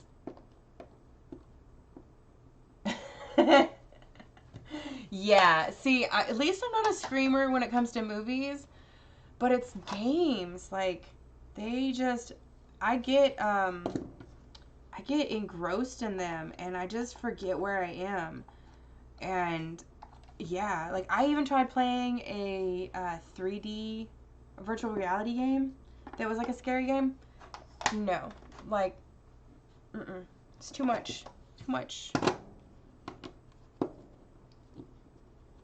But I'm super jumpy too. We volunteer at the Paramount Theater here in Austin, and so when I'm there, I'm like in work mode. I'm like I'm here to help people find their seats. That's my job. That's what I'm here to do.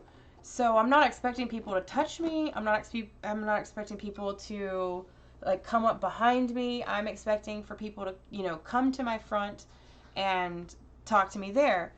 So we're sitting there getting prepared for the show, and not once, not twice, but 3 times before the show started, I jumped because somebody touched me or said my name or, you know, whatever, and just startled the crap out of me. And I'm like, I'm not that scared usually. So, okay, so this is Super Metroid. Check out this one. Super cool. It's got the battery, so you can store your save files. All those chips on there. All crispy, looking good. I just think that's so pretty. Just take a second and appreciate the beauty of that work right there. Like, it's just so nice.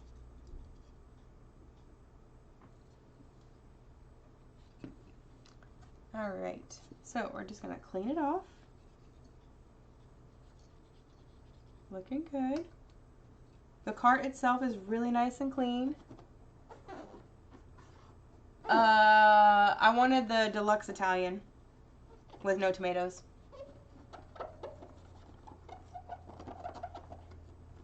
Basically, it was the one that had all the meats on it, and I want all the vegetables except for tomatoes, and I want vinegar, and I want hot peppers and sweet peppers, all the peppers.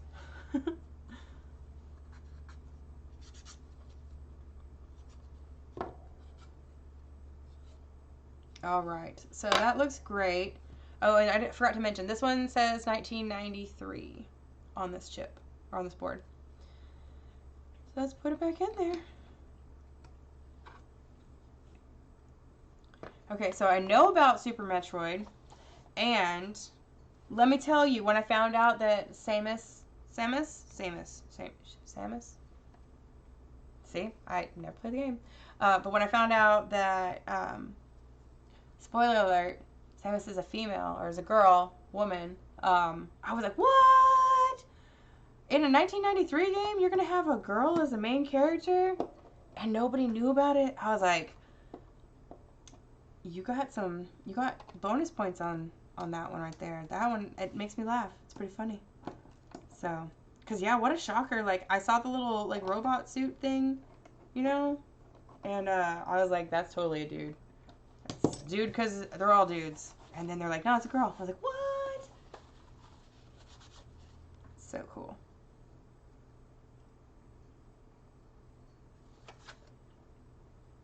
So this is one of those kind of carts where you can see there's a little bit of discoloration on the top. The back is fine. The front is fine. You know, so I'm not sure how valuable this particular cart is. I know that a lot of the Metroid games are pretty valuable. So this might be one of those games where you might be interested in swapping out the back so that you do have that nice clean gray without the discoloration. It looks like this one might have just been like left in the sunlight a little bit, or it was sitting up. I mean, I don't know, because it's only the top half that's kind of discolored. But regardless, maybe it was different plastics that they used to make these cartridges, because if you look at all of these, like all the bottoms of them are yellow and all of the tops of them are nice and bright. So that's cool. Oh look, we got another Super Metroid with my initials on it. Got that CB. Woo woo. Sorry y'all. All right. So let's go ahead and get this one cleaned up. I don't know if I want to take the CB off. Yeah, I know there's so many people that are huge fans of the Metroid series. Again, I didn't grow up with Nintendo, so I am not familiar at all with these games. I've only recently been introduced to them, and I haven't had time to play a lot of this stuff. So, but we got another beautiful looking card. So this one's different than the last one. I mean, it's still the same card, but it's just ever so slightly set up differently. Like it's got different chips on it. So we're just going to go ahead and wipe it down.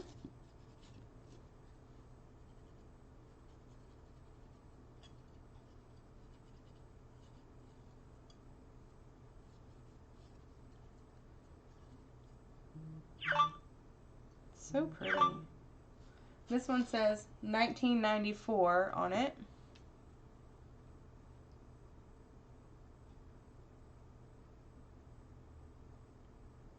Nice.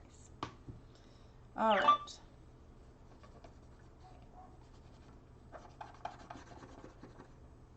So we'll get those little corners in there. This one, it's really clean.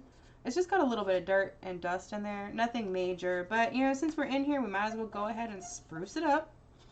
Do a little bit of spring cleaning.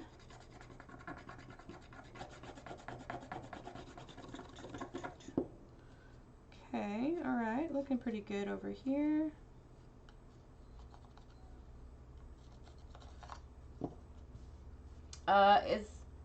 Yeah, probably the special Italian. It's the cold sandwich. It was the one that had like all the meats on it. Sorry, y'all get to hear the lunch order. We're doing so good on our fasting though. We started doing this intermittent fasting and we've both lost a fair amount of weight in the time that we've been doing it. And we're still getting our calories in and everything like that. But we've had a lot more energy and we're feeling a lot better and it's great. And it's nice because now when we eat, we know what we want to eat. And yeah.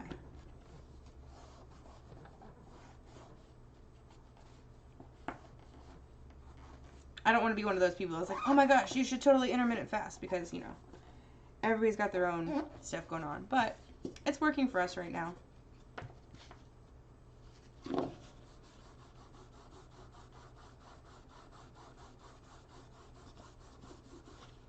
Let's see if we can get this initial off of here. That's that old school permanent marker. It's on there. Dang. Let's see what it says.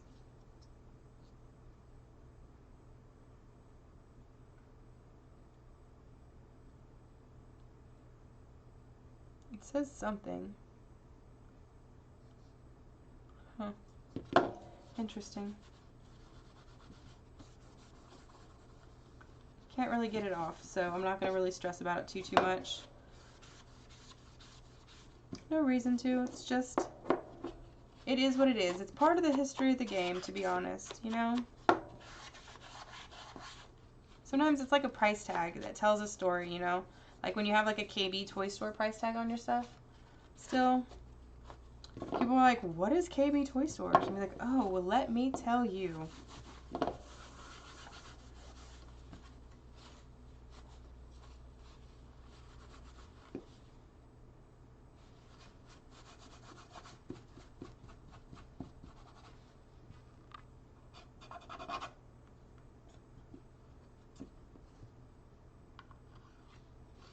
Okay. Go ahead and give this a wipe down. Nothing major.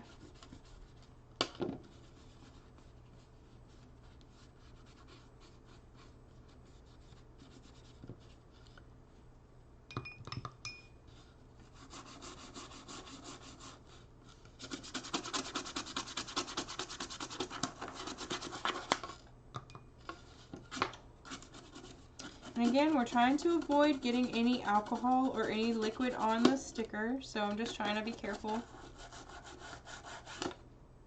Go ahead and wipe everything down.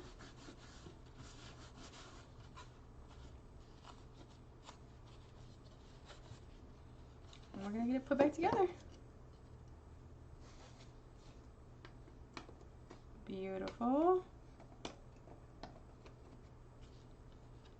Love it.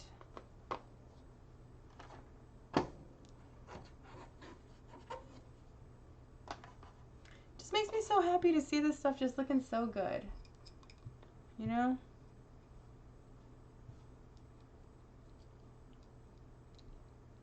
It's taking time.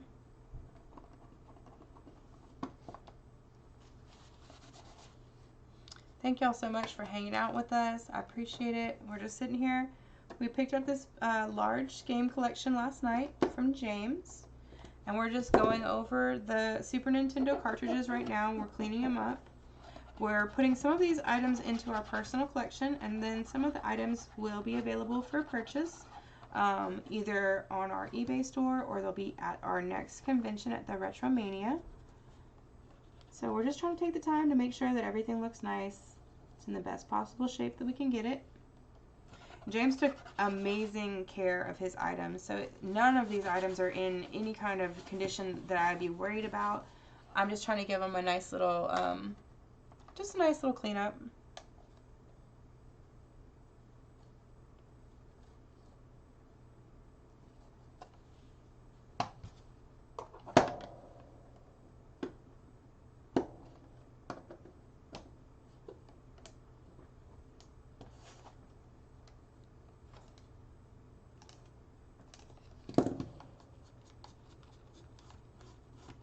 Got a little something sticky right there.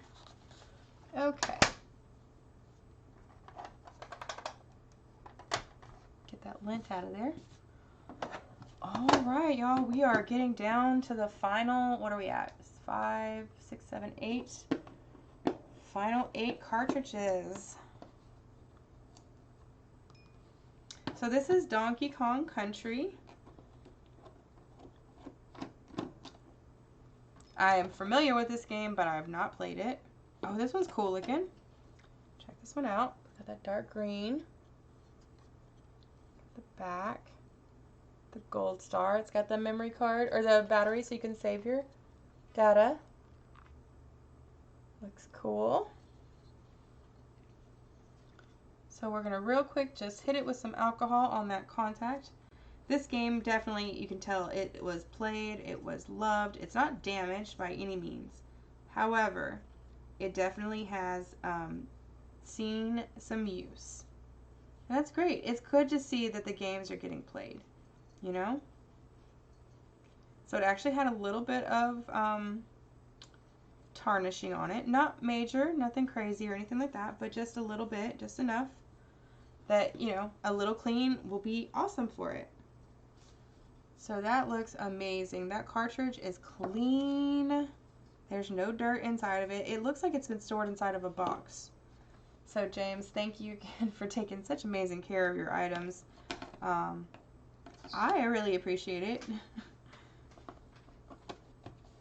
So we're going to go ahead and put this back together.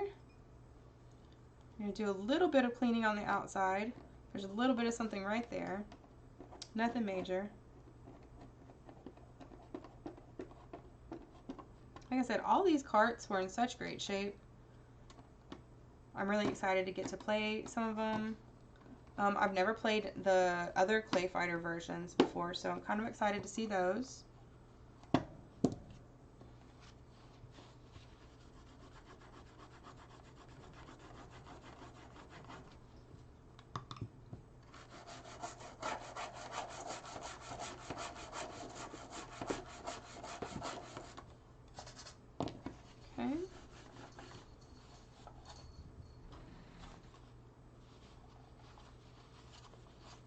right, that one looks good.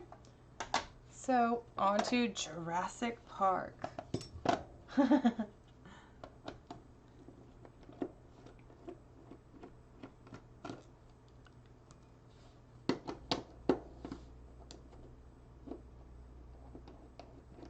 So this is pretty cool.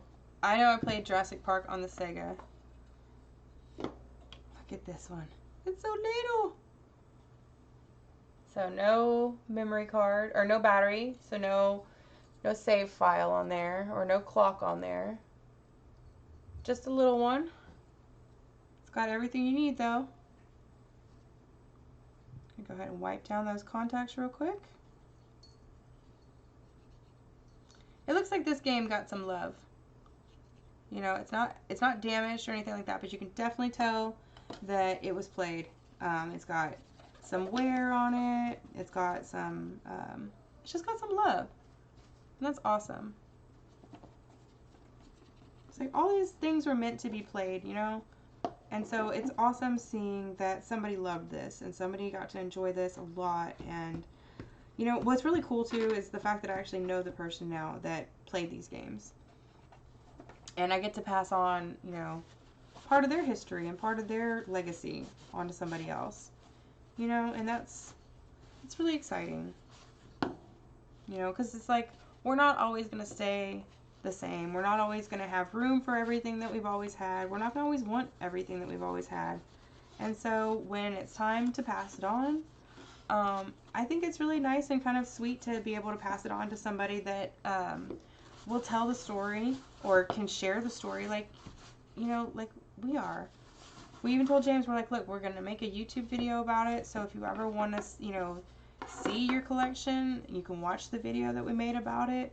If you ever want to see your collection in action, I mean, you can watch our daily videos because it'll be in the background and it's going to be, you know, you're going to be able to know where your stuff is for the most part. You know, that collection is going to be loved and appreciated. And that means stuff, you know, it's like, yes, we do resell items. Yes, we do, you know, sell items. Yes, we have a business with these games. However, that's not our main thing. Like, that's not the only thing that we're doing. And there's a lot more to our, you know, involvement with video games than just buying them for making money. You know, like I said before, it's like we appreciate and want to give people the feeling of being a kid again and getting those games back that they had and getting that, you know, to relive those feelings of I got to play this game with my grandpa or my grandma or my mom and my dad, you know, and, you know, it's just, that's what we want to do. That's what we're here for. We want to make sure that we're providing the best quality item, the best quality.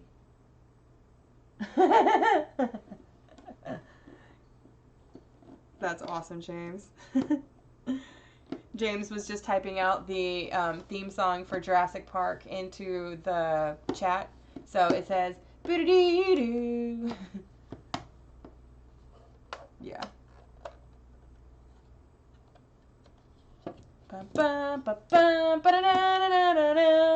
That one. That's the one. Welcome to Jurassic Park. So, I don't know. I remember when this movie came out. Like, I remember playing this song in the high school marching band when I was in the 7th grade. Like, so Jurassic Park, man, that hits a certain type of way. I remember my grandma taking me to see this movie. And that's the cool thing that I love about video games too, is that you have all these crossovers, you know, so it's not just video games. It's video games and movies and video games and, you know, toys and stuff like that, you know. I used to kind of think when I was younger, I was like, they're just doing these games, like the girls' games for cash grabs. And now that I'm older, it's like, there's some of those Barbie games that are actually really fun. There's some of those little, like the virtual reality dog games where you, like, you know, raise a puppy or whatever. That's like the Tamagotchis, but video games. All that stuff is fun. And I feel like I kind of missed out on getting to play some of those games because I one, I wasn't allowed to, and two, I just didn't have access to them. So it's just neat seeing all the different types of games to meet all the different markets of gamers, you know. Alright, so this is called Top Gear 2. And this one right here, I feel like you played this game a lot. You can actually see the wear line on the circuit right there. You can see where it's discolored really, really well. Like, this game was played.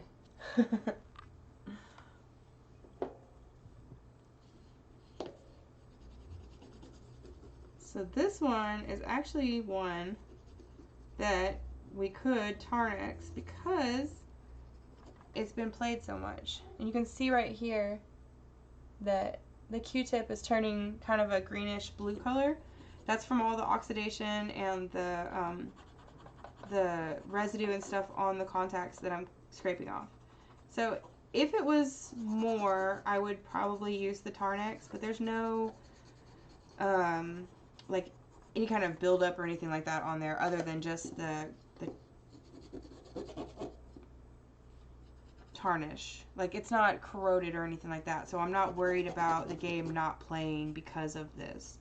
I don't see any pitting or anything like that in the actual cartridge part, so I'm not worried about that. Is it good? Top Gear. I know that it's a TV show. Is this game based on the TV show? I mean, like, has Top Gear been around that long? I know it's like, you know, one of those British car shows. I feel like those have been around for a long time.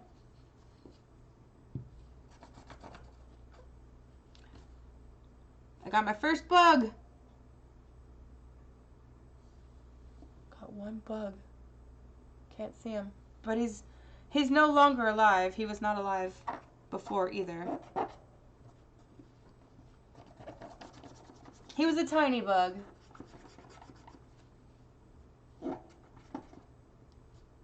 He will be remembered as the one bug in the Top Gear game. I'm a one bug. Chumba one bug. Sorry, y'all. It's like, if you stuck around for all of this, whew, y'all are the realest.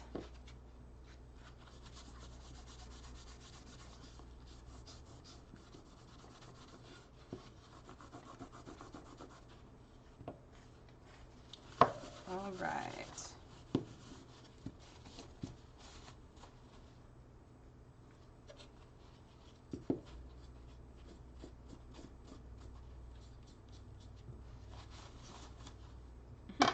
That was perfect. So this stuff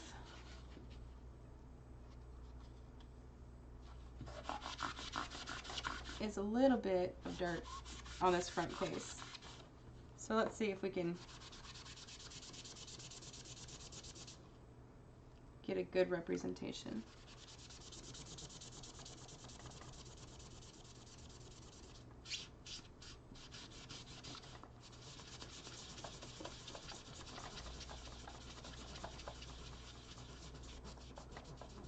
Alright, so this is the Mr. Clean Magic Eraser, so you can see the difference on the two sides. So we've cleaned this side. You can see the line right here, and this side right here hasn't been cleaned yet. So I hope you can tell. You can kind of see that one side looks more yellow and one side looks more blue. So, and I'll use a toothbrush and stuff, and we'll get the little grooves cleaned.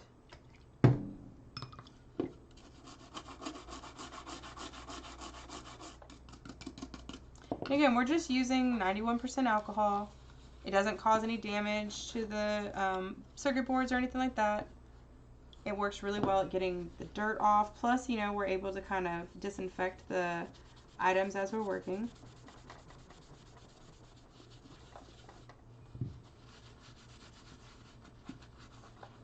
Looks so nice.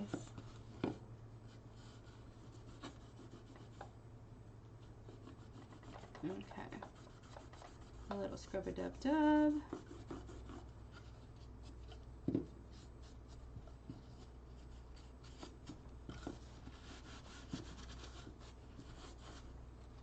then we're going to use a little bit of alcohol to get those grooves with the toothbrush.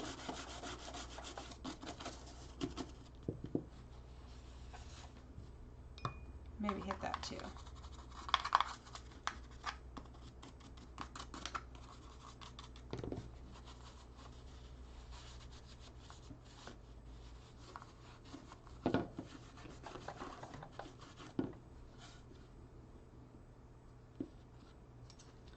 Something right here. See if I can scrape it off. Yeah. Awesome. So there's just a little bit of something or other. And we're going to go ahead and just wipe out those little grooves. Groove it, groove it. I like to groove it, groove it. There we go. Wonderful. Wunderbar. Scrape that. And a little bit of some stuff in here. Just, wait, see if I can get it. There we go. See that little, in that little spot right there. There was a little bit of stuff. So we're just going to use, actually, we're going to use the paintbrush because we can get it in there. Scrubby, scrub, scrub.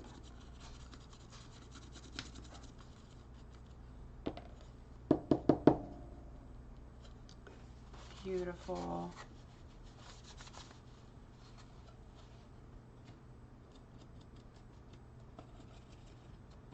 Okay.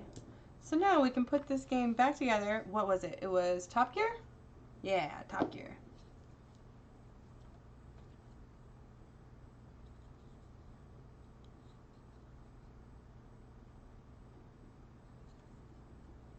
Sorry, it just has a lot of flux on the back, so it's kind of sticky in spots. It happens. It's not the end of the world or anything like that. It's not going to hurt the game. I just wanted to make sure that it wasn't anything else.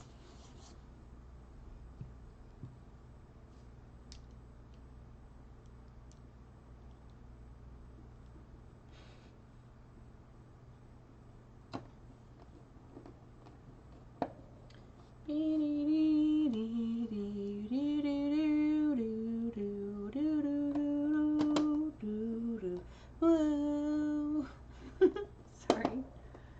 It's like I keep seeing your translation, James, and it just makes me want to sing the song.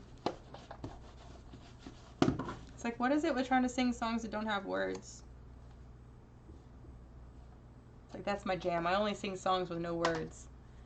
All right, y'all. So that was all the stuff that was going to be clean for resale, except for Zombies Ate My Neighbors, because I decided that I was going to keep that one. Now we're going to go ahead and clean the ones that we're putting in our personal collection. So this is Mega Man X. Does anybody remember the Mega Man cartoon that used to come on back in the 80s? It came on after, like, during the same time as the Super Mario Brother cartoon. And you could it would either be Super Mario Brothers, Mega Man, or like Kid Icarus or Zelda. That show was pretty interesting. Alright, so this is the Mega Man game. This one says 1992. Had a little bit of a little bit of a bug got up in there. That's okay. He doesn't need to live there anymore. He can rest easy. Alright. So this is Mega Man X. Looks pretty cool. Doesn't have any Mario chip on it or anything like that. Gonna go ahead and take a cotton swab. We're gonna use some alcohol, clean off those contacts.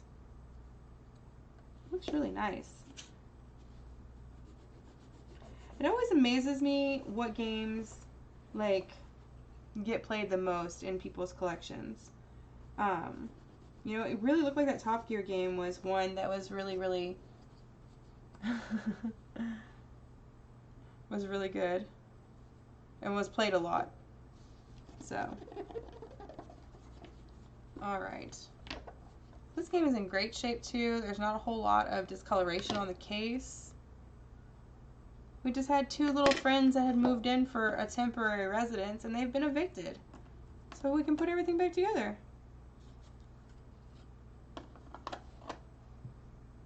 And then we'll just give it a wipe down. So let's see here.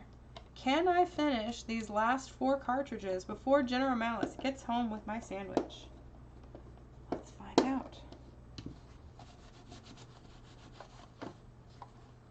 Alright, so that game looks beautiful. We're just going to set it right there. We'll set it right here. So you can see the games. I'll put them the right way so you can actually read them maybe. Okay. Next we have Contra 3, The Alien Wars. Alright. So there's aliens and they're fighting. This one has silver screws, so I wonder if it is a 90 game or a 94 game. Let's see. Okay, alright, so it's a little card. Small one. Flip it over. Check it out. Looks pretty cool. And this one says 1990 card. Yeah. Cool. So there's nothing crazy on this card or on this chip. It's board. There we go. Does have a little bit of wear here on the back.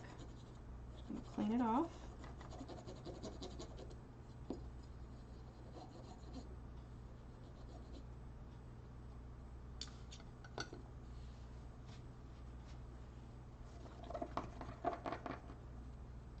All right.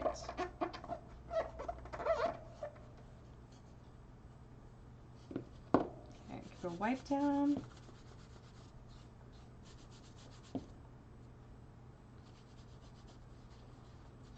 If you ever use Mr. Clean Magic erasers on anything, not just video games, I highly recommend you cut them down to size so you don't waste a whole bunch of the product.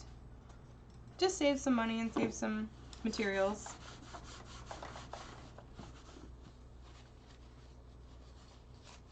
It's like helpful hints with MsMalice.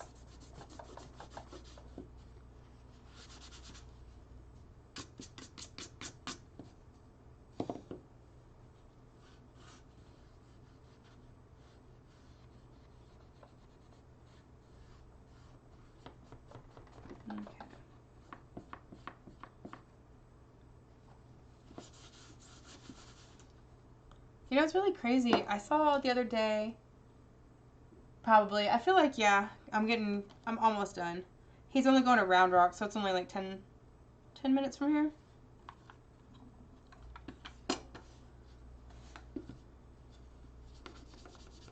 I like giving myself, like a quest, too. If I make it into a game, then it's more fun. If I'm just, like, doing it, then it's no fun. Like, you can't match socks without playing the sock game. If you've never played the sock game, well, you're missing out.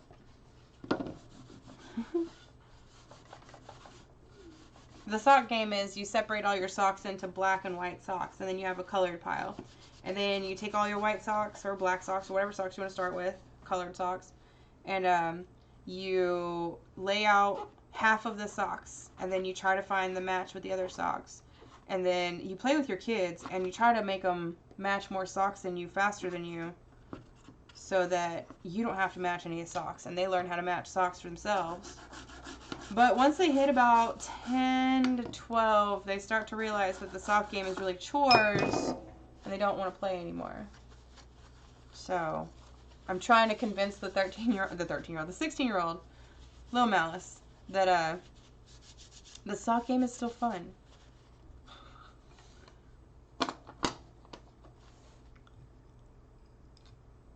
All right.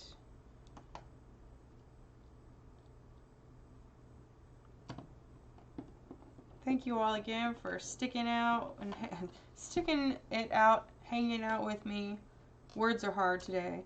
As we're sitting here doing some Super Nintendo cart cleaning, we picked up a large game collection last night from James, lovely man, and was really, really wonderful to work with, really, really nice, made a good friend out of this whole situation, and so we are just cleaning up the carts that we got from that collection last night, and we are getting them ready for our personal collection, as well as getting some of them ready for sale.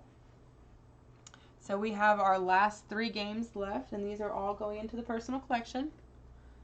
So we have Castlevania 4, Sunset Riders, and King of Dragons left. So I'm excited to try some of these games. I've never played any of these, to be honest. I've played Castlevania before. That's pretty cool. I've only played one of them though, and it was the, I think regular Castlevania. Oh, this one had a hair in it. Look, we had a hair.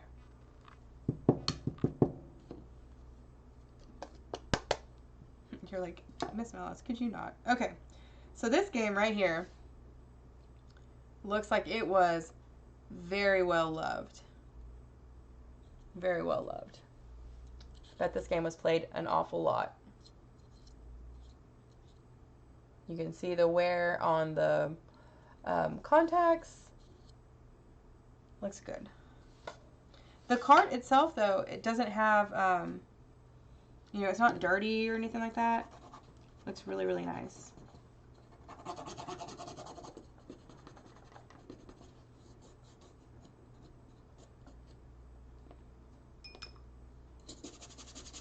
I'm actually going to go ahead and use the toothbrush just so I can go ahead and quickly clean this.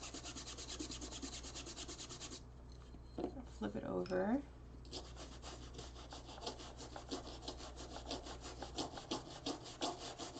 I'm going to go ahead and wipe it down. It is a lucky hair. It could be a wild hair. Like a Pokemon. You encountered a wild hair.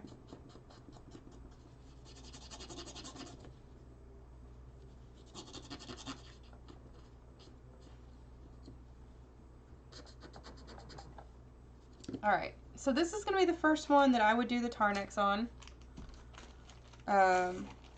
This is Tarnex Tarnish Remover. This stuff is super duper corrosive. We have it in double bagged because it constantly leaks and spills.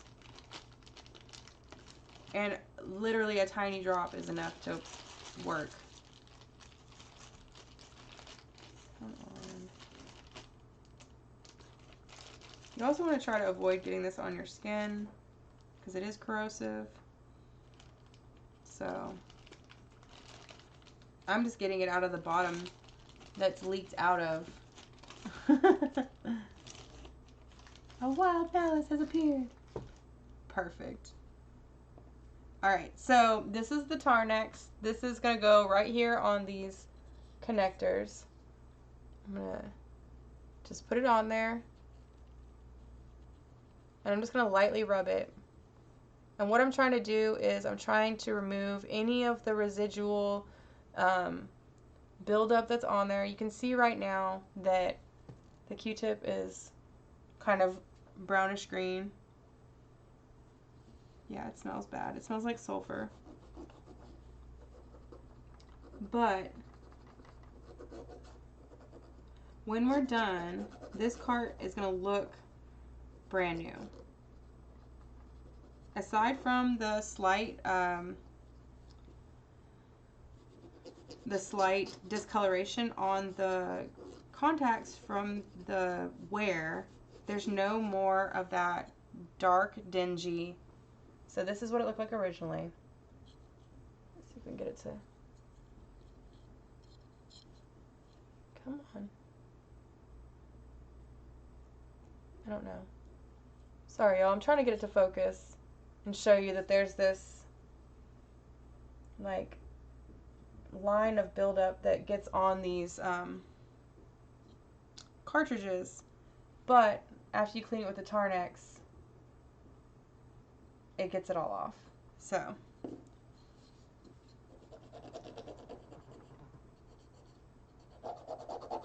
this is just the Tarnex, and I'm just rubbing it on the contacts.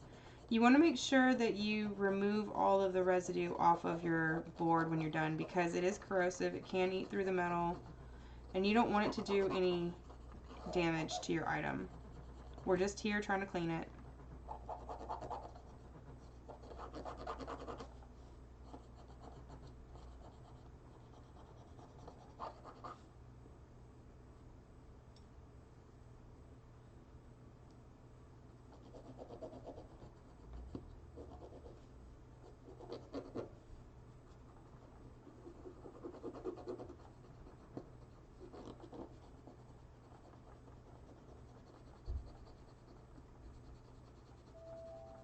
Oh, General Mouse beat me back.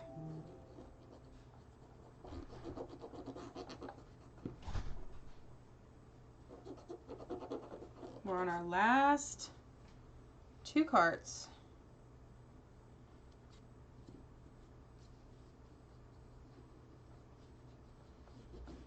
Okay, we're gonna go ahead and wipe off all that stuff.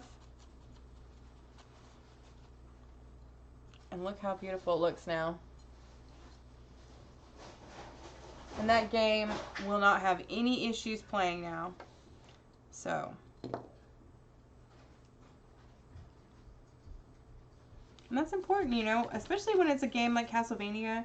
You know, it's a classic. Everybody wants to play that. And if it's not going to play the first time, or if it gives you any kind of problems or anything like that, then, you know, it's frustrating. So.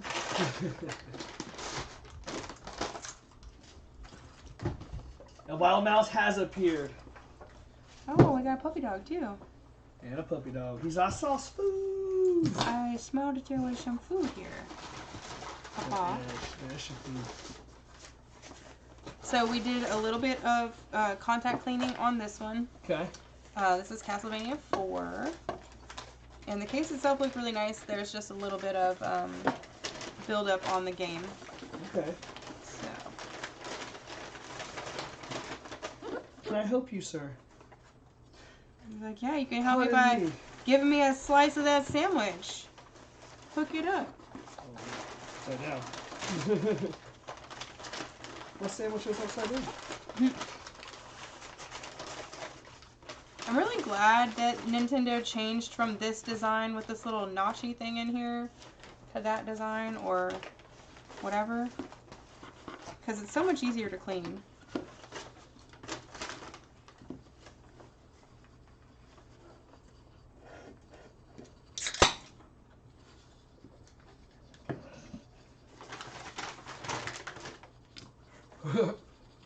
Course. How you stepped into a Bud Light? No, I'm joking. It's water. Thanks so much, James. I appreciate it. Yeah, definitely. Have a good day, James. We'll talk to you later, man.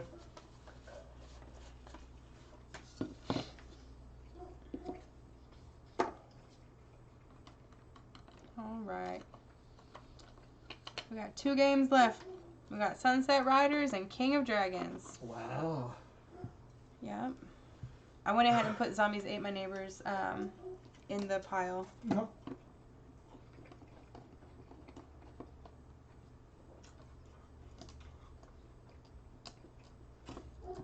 I mean, I did good today. It's like 25 games. Yep.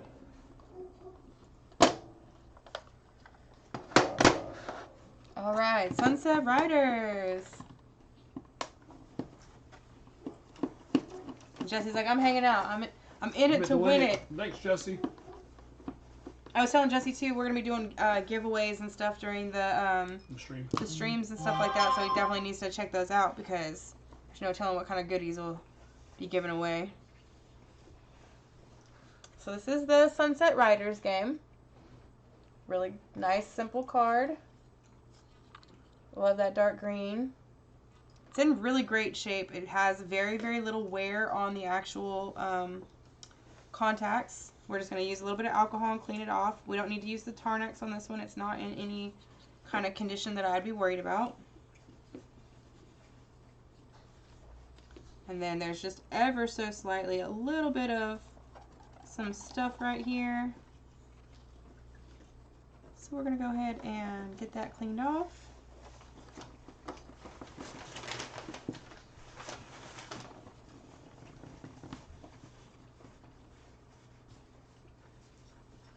There's a little bit of discoloration on the outside. So we can get that off. Well, Jesse, depending on your area, you can always try to flip games like we are.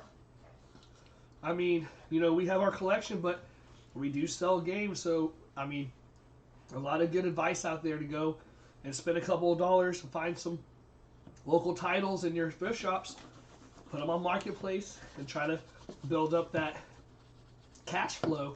Yeah. You can really, I mean, That's what I was telling you earlier. I've built all this in 18 months. 18 months. You can do it, man. You can do it. Yeah.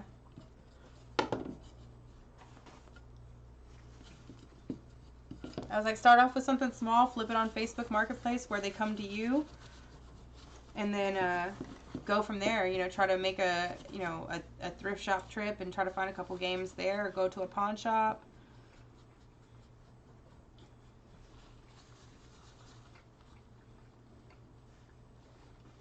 So let's see here. We're gonna try.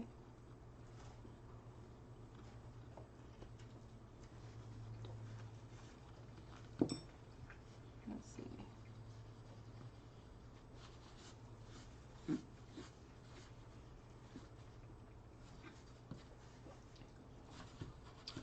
Okay, that looked alright. I'm not going to mess with it too much. I don't want to cause any unnecessary damage to the sticker, so we're just going to leave it alone. Wipe off that alcohol so it doesn't leave that weird white residue. Oh, dang. That sucks when you don't have any local shops. Well, I understand that. I grew up in a very small town, and it definitely changed the dynamic of what you're able to get done in a timely manner.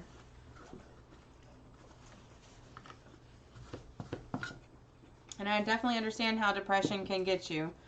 You just gotta kind of, you know, take care of yourself when you're feeling bad, and, you know, look forward to brighter days and try to, you know, do what you can to make yourself feel better. Talk to somebody if you can. That's always helpful.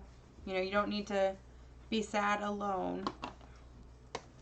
and you know you're going to see MsMalice at least 3 times a week. Yeah, that's true. I'm always here now. And I'm happy to hang out. It's Jesse hour. Yeah. There we go. All right. So cool. We got Sunset Riders. Good to go. And then last but not least, we got King of Dragons. The one I almost beat this morning. Oh, that was the one? That one looks so cool. So, Jesse, have you ever played King of Dragons? It's pretty cool. It looks a lot like Golden Axe, but there was archers and other spellcasters and other character classes. Yes, we have 2 copies. One in box and one out of box.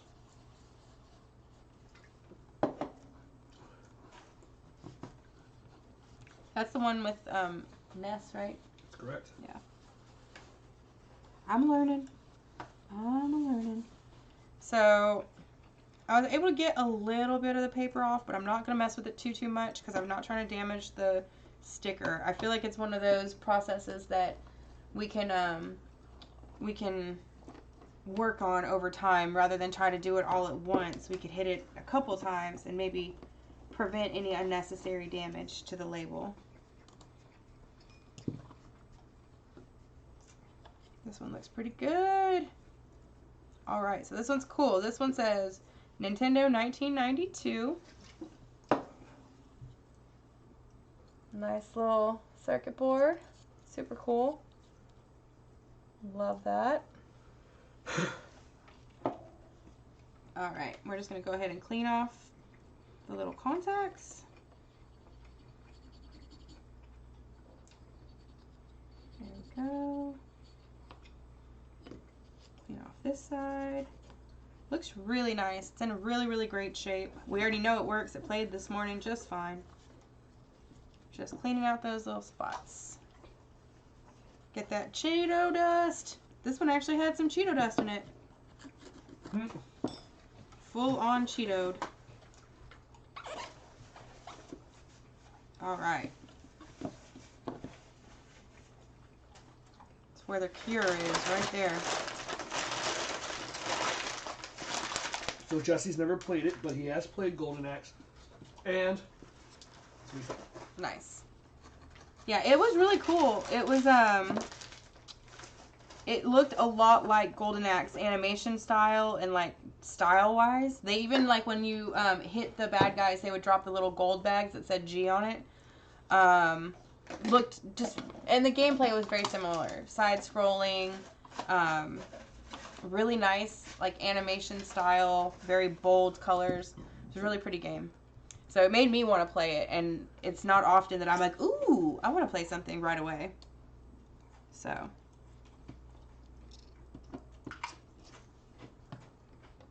Alrighty.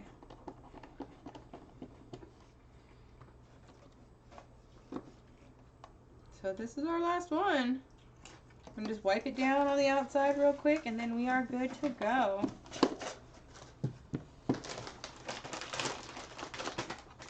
And don't forget this stream has been brought to you by Rapid Raccoon. Yeah, Rapid Raccoon got us a wonderful data vac to help us with all of our cartridge and console cleaning needs. It's an awesome, like, super high-powered blower motor for your electronic devices. Blew me away, literally, this morning. Super excited about it. Can't wait to get to use it on some of our stuff.